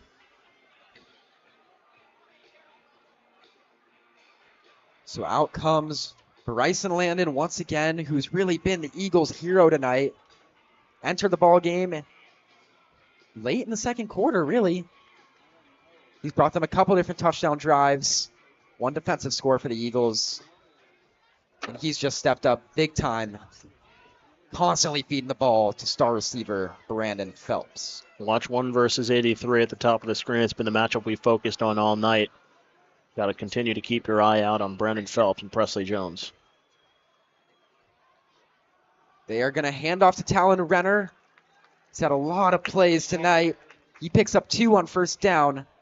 2nd and 8 coming. At this point, all the pressure is on the Huskies. They're down by 7, a minute 30 to go here in the third quarter. They're going to need a defensive stop. But for the Eagles, I would continue putting your foot on the gas. This Huskies team has been known to score and score in bunches.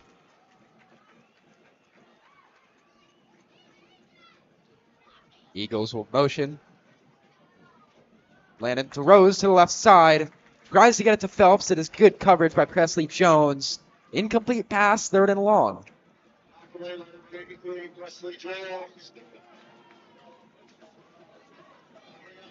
Don't feel like I need to mention this here, but this is a huge play for the Huskies. You're the Huskies. You get the stop. You're not quite going to be pinned with the way the ball is placed right now at the 35. Got to get a stop here and give Zach Jones another opportunity to tie this game up. Crowd coming to life once again.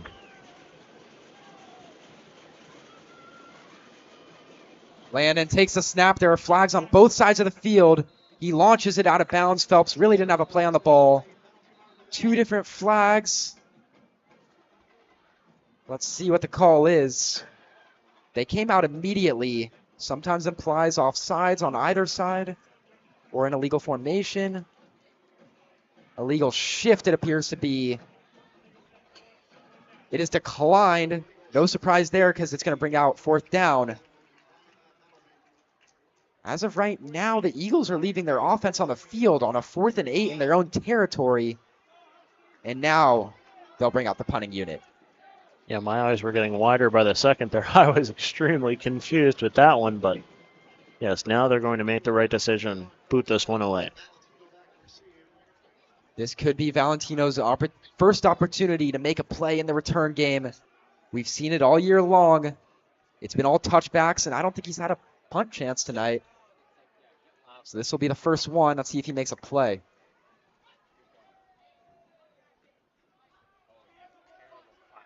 It's a short punt.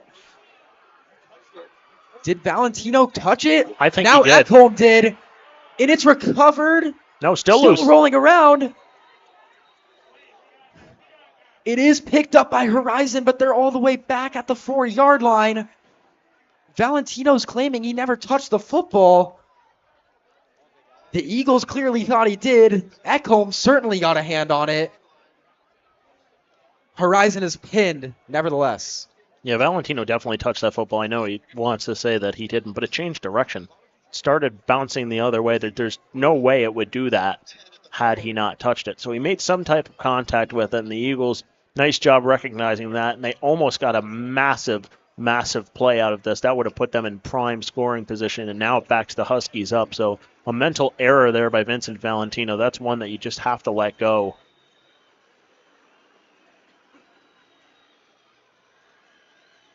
First play from scrimmage.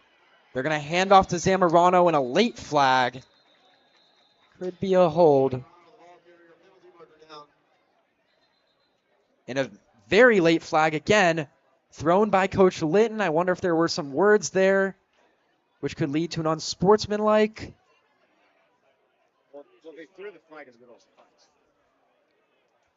There was one flag in the middle and one flag following the play. So discussion going on here. I do think it's going to be a hold and an unsportsmanlike, but let's see here. I think they waved it off. Yeah, they did. They both waved off both penalties? I think so. It's fairly unusual. It is 2nd down. Zamorano wasn't able to gain much, so we'll have 2nd and 10. This is just a tough part of the field for Horizon to really try to throw the ball. You don't have a lot of space. You don't want to take a safety. Coach Litton has a tough decision to make here. They're going to go back to Zamorano, and the Eagles are all over it. He might have lost 1 or 2 on that play. It is 3rd and long. This could be disaster coming as we're starting to reach the end of the third quarter.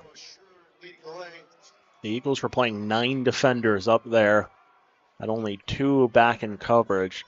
See if the Huskies take note of that as we are approaching and have now reached the conclusion of the third quarter. A quarter dominated by the ala-gilbert North Eagles. 28-21 our score as we head to the fourth quarter here from the Varsity Sports Show. We'll be right back after the break.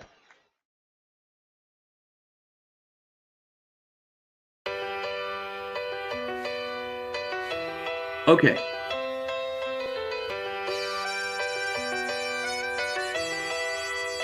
All right, so Miami is at Kansas City. They'll be facing the 6th seeded North Valley Christian Academy.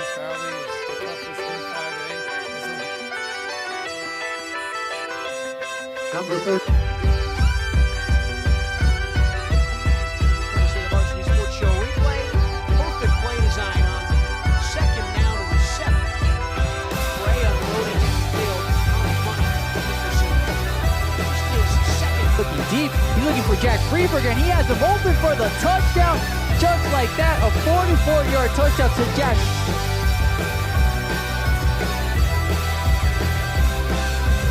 This is Bobby Murphy here with Varsity Sports Show at Arizona College Prep. I'm here with Coach Jason Jewell after an extremely gritty 14. Pioneers. Shay, what did you see from the SaberCats tonight?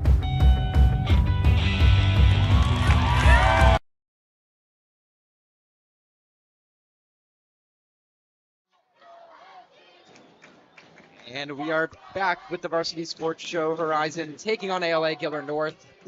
A crucial 3rd and long here with Horizon pinned in their own territory, down 7 at the start of the fourth quarter. Do the Huskies go conservative, or do they give Jones a chance to gain this first down? They are going to hand it off to Zamorano. He has a hole. Goes out to the left. He's brought down short of the first down. And we're going to have another Canyon Floyd punt, and that's got to be disappointing for the Huskies. Yeah, it really all was started by that misjudged ball there from Valentino on the return. You talked about the possibility of him making a big play, and instead it's a play that ends up costing the Huskies a lot of solid field position. I mean, they would have been near the 40 had Valentino cleanly fielded that, or maybe near the 20 had he just let it go, but instead they ended up at their own 4, maybe their own 3, and then pinned all the way back after a couple of runs for maybe 1 or no gain, and now having to punt from their own end zone. It's a great punt from Canyon Floyd. That ball is going to roll all the way to the 40-yard line of the Eagles.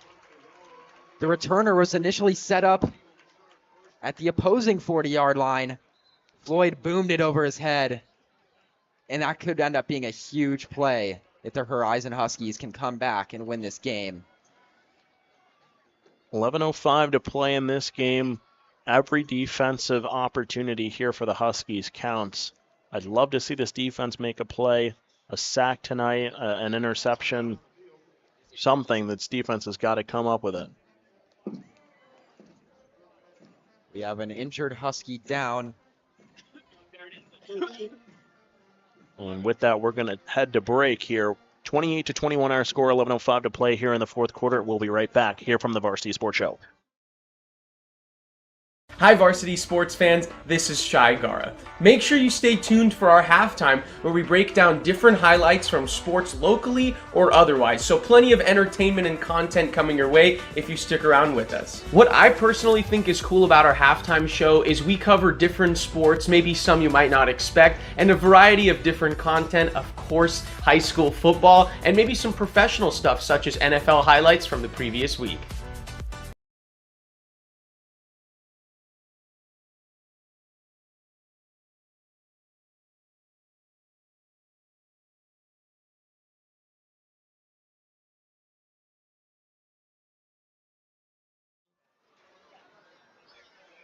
And we're back following the injury timeout.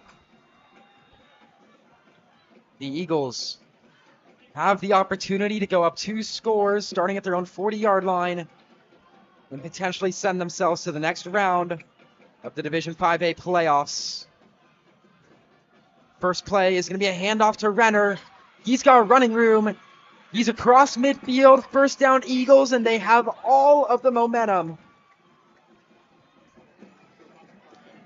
It's Talon Renner who, as we've talked about many times tonight, he has just been aggressive tonight, putting his shoulder down that time, finds a lane toward the left side, and gains a solid amount there.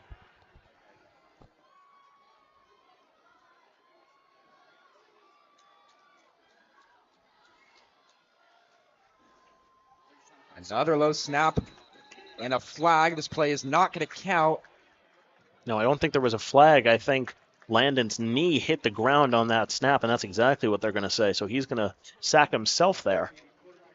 I think we've had 10 low snaps at least tonight, double digits.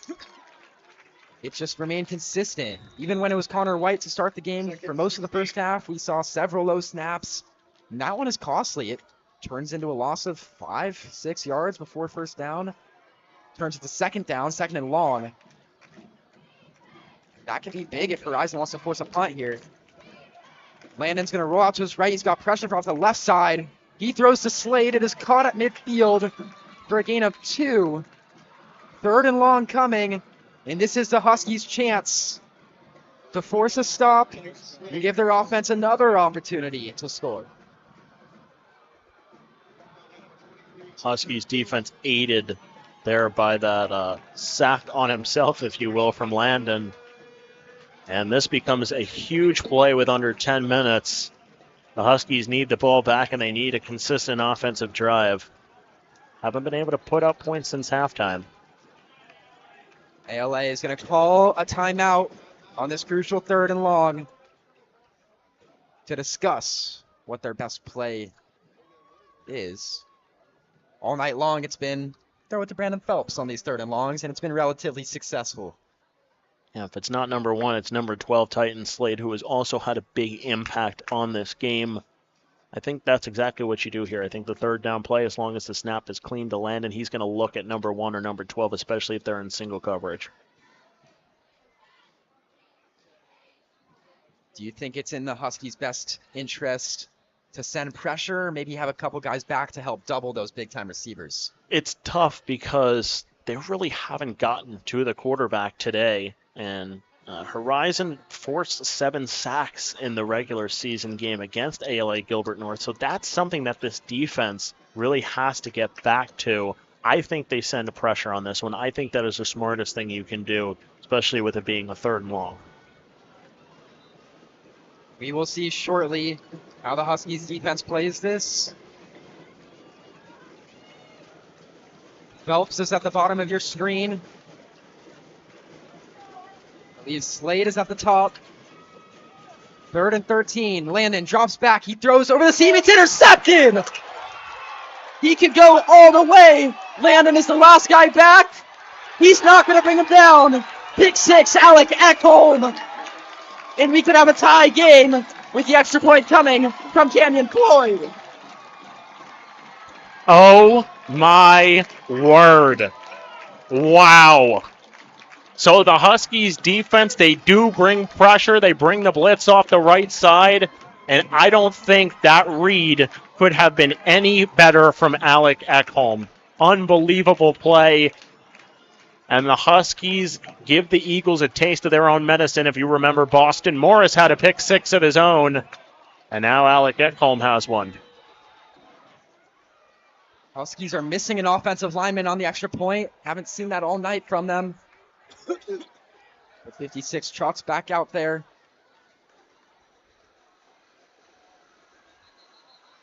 Flag before the kick. Penalty marker down. The defense lines up off sides. And is that enough for Coach Litton to maybe consider going for 2? I mean, Canyon Floyd is so reliable on the kick, on the extra points. Might seem a little crazy to shy away from him, and Litton won't do it. It's a great thought, though, Aaron. Great thought. You could give yourself a chance with Segura from the 1-yard line to take the lead. But they're going to go to the extra point. It's up, and it's good. Floyd is now 55 of 56 on extra points this season. Man, if you want to be remembered for something, be in Alec Ekholm's position. What an unbelievable play that got me out of my seat. I'm still standing right now. Man, this place is alive once again.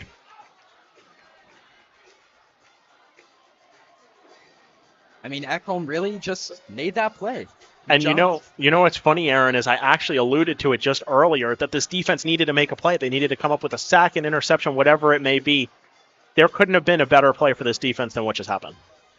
Not only did it force a turnover, but with the way the offense has been playing, a turnover might just not be enough. Who knows if the offense can march down and get in the end zone. But Alec Ekholm did it all himself. We have a tie game. And the Eagles lost all that momentum they've been building on in the second half. 9.5 minutes remain. This has been incredible playoff action. Me and Zach are loving it. There's no way Coach Reisdorf would consider going back to the starting quarterback, Connor White, right? I don't think so. I mean, look, it's a tough position, but given that he came out, I believe it was about midway through the second quarter, he's been sitting on the bench cold. I would stick with Landon. I know it was a terrible mistake there. Similar to what Zach Jones did. Obviously, both of them threw pick sixes. The pressure was coming. They just tried to force the ball, and defender made a great play. First and 10.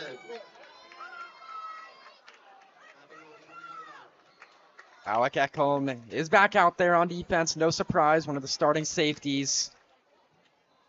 Looking to make another one of those plays because, again, it's still a tie game. That wasn't for the lead. Still have a tie game. The Eagles do have the ball. They are in decent position, starting at their own 20-yard line. Bryson Landon is the quarterback in right now for the Eagles. He's got Talon Renner, who has been pretty good tonight, to his right in the shotgun formation. High snap this time, no longer low. They give it to Renner. He gains 4 to make it 2nd and 6, brought down by Carson Kolb and a group of Huskies. What a range of emotions that this Huskies crowd and even the visiting Eagles crowd has had tonight. This game has had its ups and downs for both sides, but it has been very exciting, to say the least.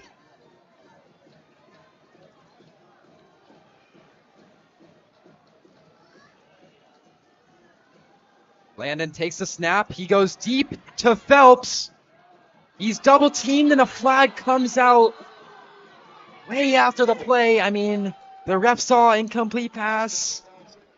There was a little bit of a stoppage, and then the flag came out. It was Presley Jones and Evan and Weah in coverage. What do you think, Zach? Yeah, I think it's a good call there. The receiver made an effort to go back toward the football where it was thrown. Obviously, an underthrown football there from Landon. You had 3 guys in coverage. Unfortunately, sometimes that's just the way it goes when the receiver makes the effort toward the football. You have to make sure not to make contact with them, especially when you have 3 guys back there. It's just an unnecessary penalty. They hand to Renner once again. He finds a hole up the middle for a gain of 7. No, more like 9. To make it 2nd and 1. I want to go back to the last penalty. It is so difficult for a secondary member in defense when that ball is underthrown to not end up in contact. You're going deep, and then you have to turn around. It almost always ends up in contact, and it's just such a tough play for the defender. Yeah, absolutely. PI is one of those penalties where it's really tough for a defender to play clean coverage snap for snap against receivers, especially ones as good as number 1 and number 12. A fumble forced by Anthony Segura, picked up by the Huskies. Turnover. Huskies are going to have the ball in Eagle territory. What an incredible hit by Anthony Segura. Punched that ball loose. Huskies football.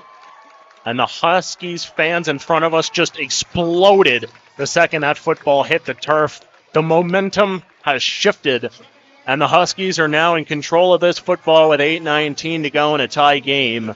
This Husky defense that had been missing in this second half, they'd allowed 21 unanswered. Yeah, they're back. Feels like for the first time in a while, the Huskies aren't pinned in their own territory to start a drive. Jones is at midfield. Has room. First play is going to be a wide receiver screen dropped by Partridge. Once again, he has 2 targets and 2 drops. Not a good way to start the drive. Yeah, no doubt about it. Partridge was open there. They had been running that type of play with Valentino, but Partridge was still moving. I think because of that, it caused the ball to go off of his hands. If he had kind of stayed there the way Valentino had, maybe would have come up with a clean catch and still gotten the yards after.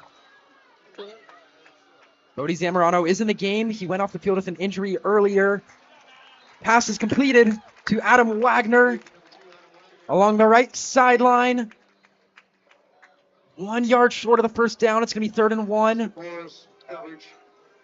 Might we see Anthony Segura? Doesn't look like it. It's going to be Bodie Zamorano in the pistol set. Here comes the snap. Jones gives to Zamorano. He's got enough for the first down and maybe more. His jersey gets tugged.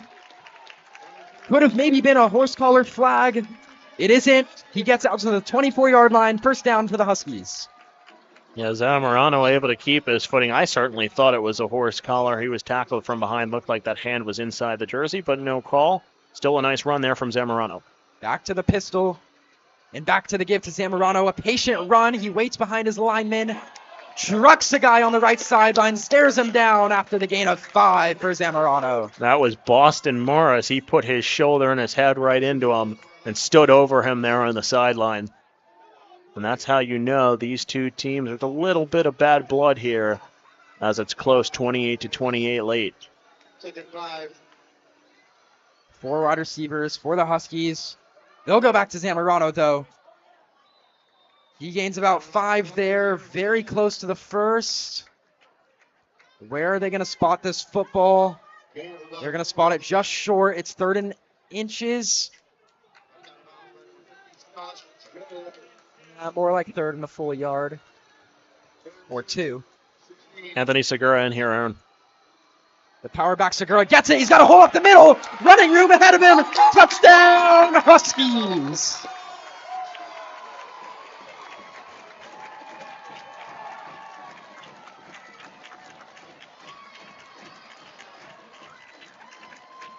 I am not sure I have ever seen momentum swing the way it has in this game. Anthony Segura gives the Huskies the lead. At 7:22 to play, we have ourselves a fantastic football game. Absolutely. 7:22 remain on the game clock.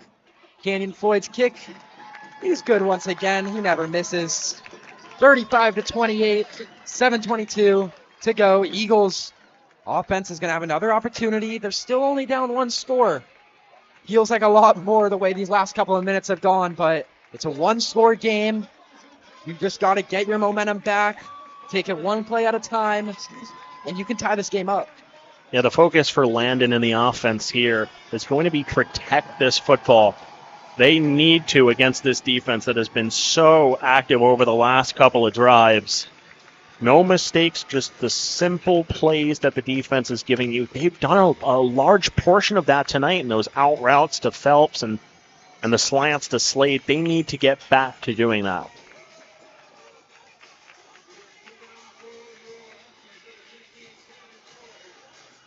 Seeing Canyon Floyd intentionally sky kick it a little bit short of the end zone on the last couple of kickoffs. First 2 didn't really work out for Horizon as the Eagles were able to take it out beyond the 20-yard line. However, the last one worked out quite nicely. As I recall, that might have been a punt. Anyways, Floyd's kick is up, and he's going to go deep this time for the touchback. Eagles will start this drive at their own 20-yard line. And Anthony Segura, who forced the fumble on the last defensive possession, is on the sideline, and then he capitalized off of his own forced turnover with the score. And I've got to tell you, Aaron, I'm thinking long and hard here about who I'm going to choose for my player of the game. So many guys who have contributed tonight for the Huskies. Sure, one stands out over the other. There's a lot of different ways you can go about that. With still 7 minutes to go, perhaps a new Huskies player could emerge as the player of the game. You never know. They'll motion 3 to the right side. There's 4 receivers out to the right, none on the left. For Bryson Landon, he's going to hand off to Renner. He gains 2 on first down to make it 2nd and 8. Renner has had a lot of opportunities tonight. They aren't typically a handoff type of team.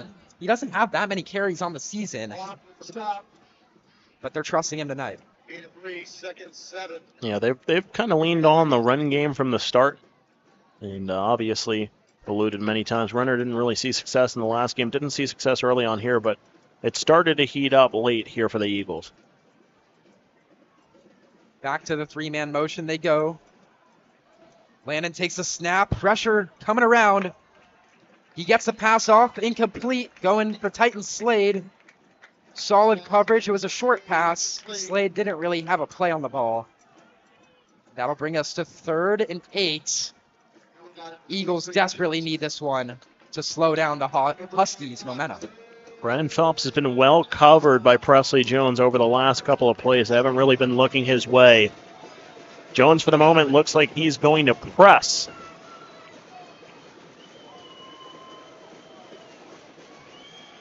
They throw to Phelps, and it is caught. Jones goes down in coverage, caught for the first down. The Huskies coaching staff is livid. They saw what I saw, and that was Presley Jones getting thrown to the ground maybe by Phelps. The crowd is booing the referees. I'm pretty stunned there wasn't a flag there. Yeah, some high emotions here from the Huskies faithful. They wanted a flag on that one. I think there was a lot of hand fighting between both of them. I don't know really which way you were going to go with that. Jones could have been called for something as well. So they just let him play on, and Phelps made the catch. Maybe a little bit too much contact from him, but there was a lot of contact from Presley Jones as well. Landon rolls out to his right. There's a Husky on his backside, and he brings him down. For the sack, that was Jack Metzler, his 2nd tackle for the loss on the game.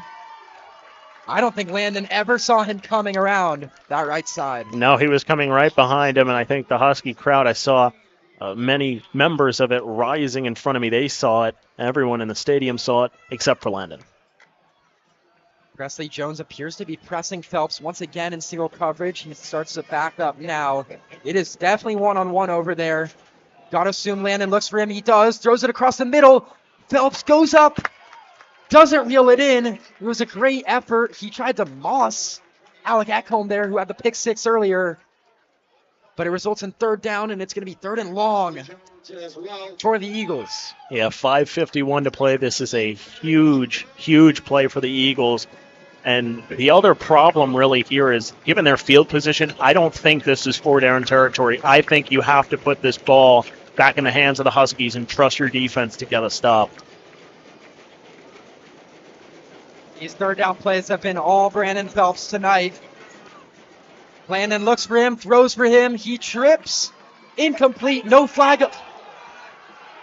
An extremely late flag is thrown. The Huskies fans are shocked. They can't believe it. A couple Huskies pointing the other direction on the flag. It was very late. They appear to wave it off. No penalty. 4th down now. And out comes the punting unit, as you suggested. Yeah, and it's been a tough night, I think, for the referees. A lot of flags that have been picked up. It feels like more than we've ever seen in a game, and a lot of indecisiveness. I thought for the most part it was just a slip there. I was confused by that late flag, and obviously so was the rest of the referee crew as they picked it up. You think Phillips just kind of tripped there? That's what it looked like to me. Yeah, I certainly thought so.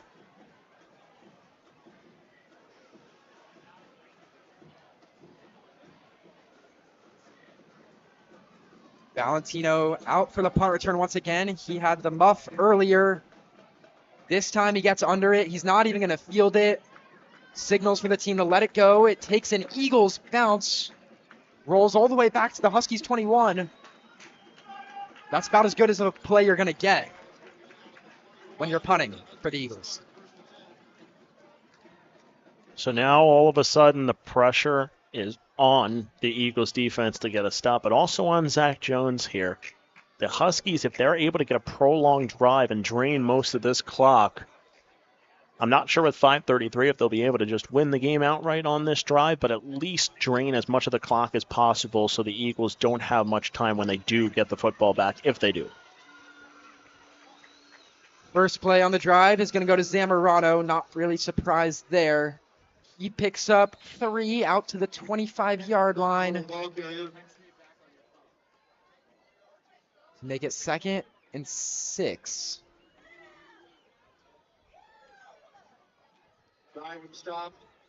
Huskies offense going to take as much time as they'd like here. Going to run that play clock all the way down, so then if they're able to just pick up a couple first downs, they could be in position for victory formation.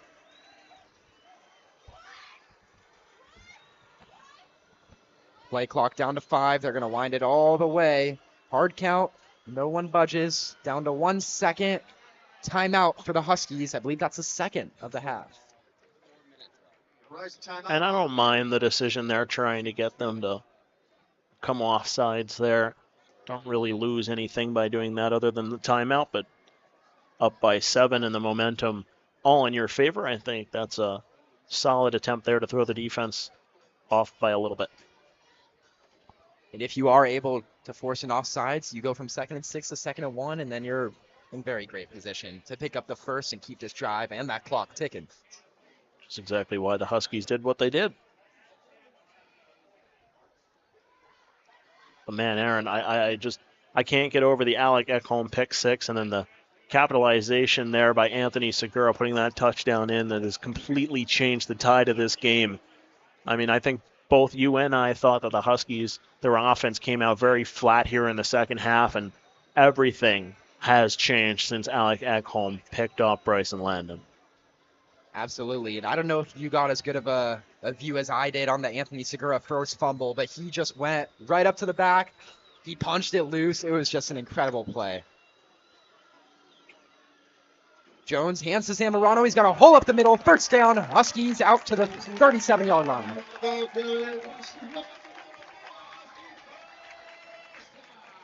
That is a huge first down gain for the Huskies. You mentioned he hasn't had his typical long run that we see pretty much every week from Zamorano of 30-plus yards, but he has been pretty consistent in picking up those 7-yard plays. Had a lot of holes up the middle. And a huge spot there for him to do that. This play should be snapped right around the 4-minute mark. Huskies are in a great spot if they can continue to push forward. Gotta assume they stick to Zamorano. They do. It's a misdirection. He pushes forward for a gain of 1. But the most important thing is that clock continues to tick. Yeah, this is going to be the sequence of downs that really is the most critical here for the Eagles. If they let the Huskies get another first down, this one might be out of reach for them. The entire offense is looking towards Coach Litton for the signal for the next play. 2nd and 9. You got to think they want to keep handing it to Zamorano, their workhorse, to keep that clock moving and because you trust him. But at the end of the day, you still got to pick up a first down, and it is 2nd and 9. Let's see what they do here. They do give to Zamorano. He brings it out a little across the 40 to the 41. It's going to be 3rd and 5. Timeout Eagles to stop the clock. So now, having used that timeout, this 3rd and 5 play going to be absolutely huge for the Eagles. They need this football back, and the Huskies don't want to give them a chance. Think of what this Eagles offense has been able to do so far today, especially in this second half.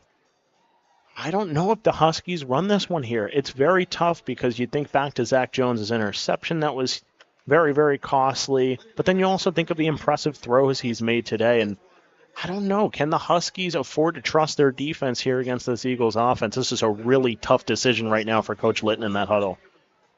Do you think if they do decide to give to Zamorano once again and he picks up, let's say, 3 or 4, would you ever consider bringing Segura out? Nope. You punt? No, I don't think so. At that point, if you reach 4th down in any capacity here, I don't care if it's 4th and inches, you punt because you're on the wrong side of the 50 right now. If you give that football back to the Eagles with, just over 3 minutes to go, that is maybe the worst thing you can do. So you're definitely going to punt if it gets to 4th down. I think the bigger question here is, do you run or pass here on 3rd down? You want to guarantee to take some time off the clock or force a timeout or give it your best shot for the 1st down. They look to throw. They do throw. It is caught. Vincent Valentino. 1st down, Huskies. And that almost is good enough to put this game away. Not quite. They are going to have to run a few more plays. But that is a brutal, brutal blow for the Eagles. Low throw from Jones, nice catch from Valentino, and the thing that sticks out the most is the trust that Coach Litton had in Zach Jones to make that throw. We've mentioned a couple times throughout the broadcast that Jones is the backup. Jace Ashley is typically the starting quarterback. Jones hands to Zamorano. He is dropped down in the backfield. Timeout called by the Eagles. I believe that is their last one. It's going to be 2nd and 11 coming after the timeout. Once again, this is Aaron Nemiroff on the call, reporting for the Varsity Sports Show. I have been with Zach Mott all throughout the game as my color commentary partner. He has just gone down to the field to get ready for post-game interviews with head coach Andy Litton and whoever he selects as player of the game. Check out those 2 interviews on the Varsity Sports Show Twitter following the game.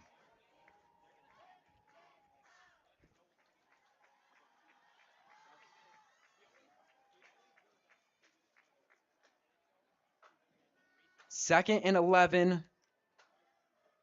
At any other time in the game, you could certainly see this as a passing down, but not in this situation.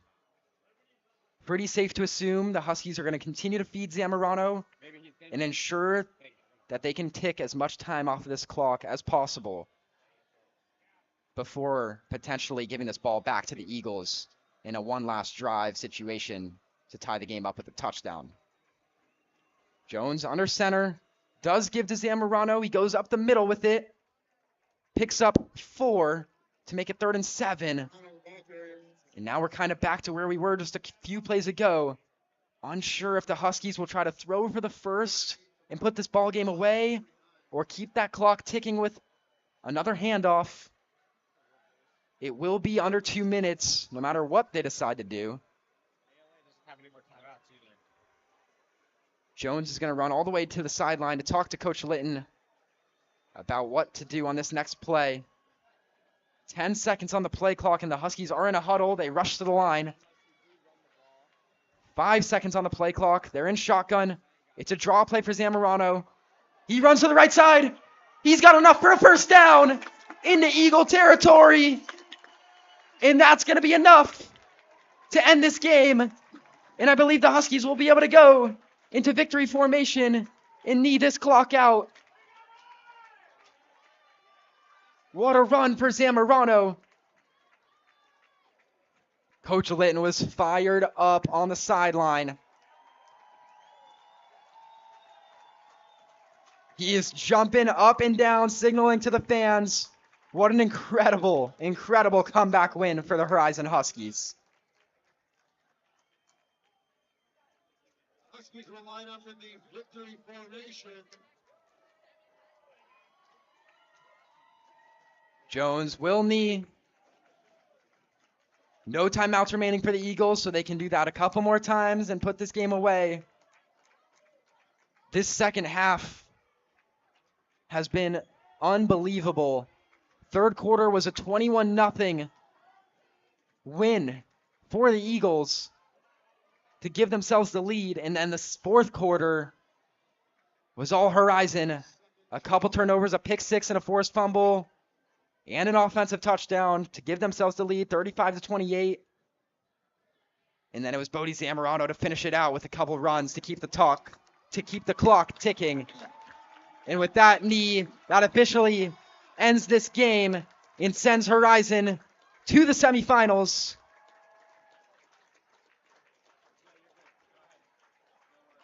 An unbelievable game, back and forth between the ala-gilbert North Eagles and the Horizon Huskies. Give ala-gilbert their props tonight. They played a tremendous game, gave it their all. But ultimately, it results in a Horizon Huskies victory, and they'll move on to the next round. Once again, this has been Aaron Nemiroff and Zach Mott on the call. We appreciate you tuning in to the Varsity Sports Show tonight. Have a good evening.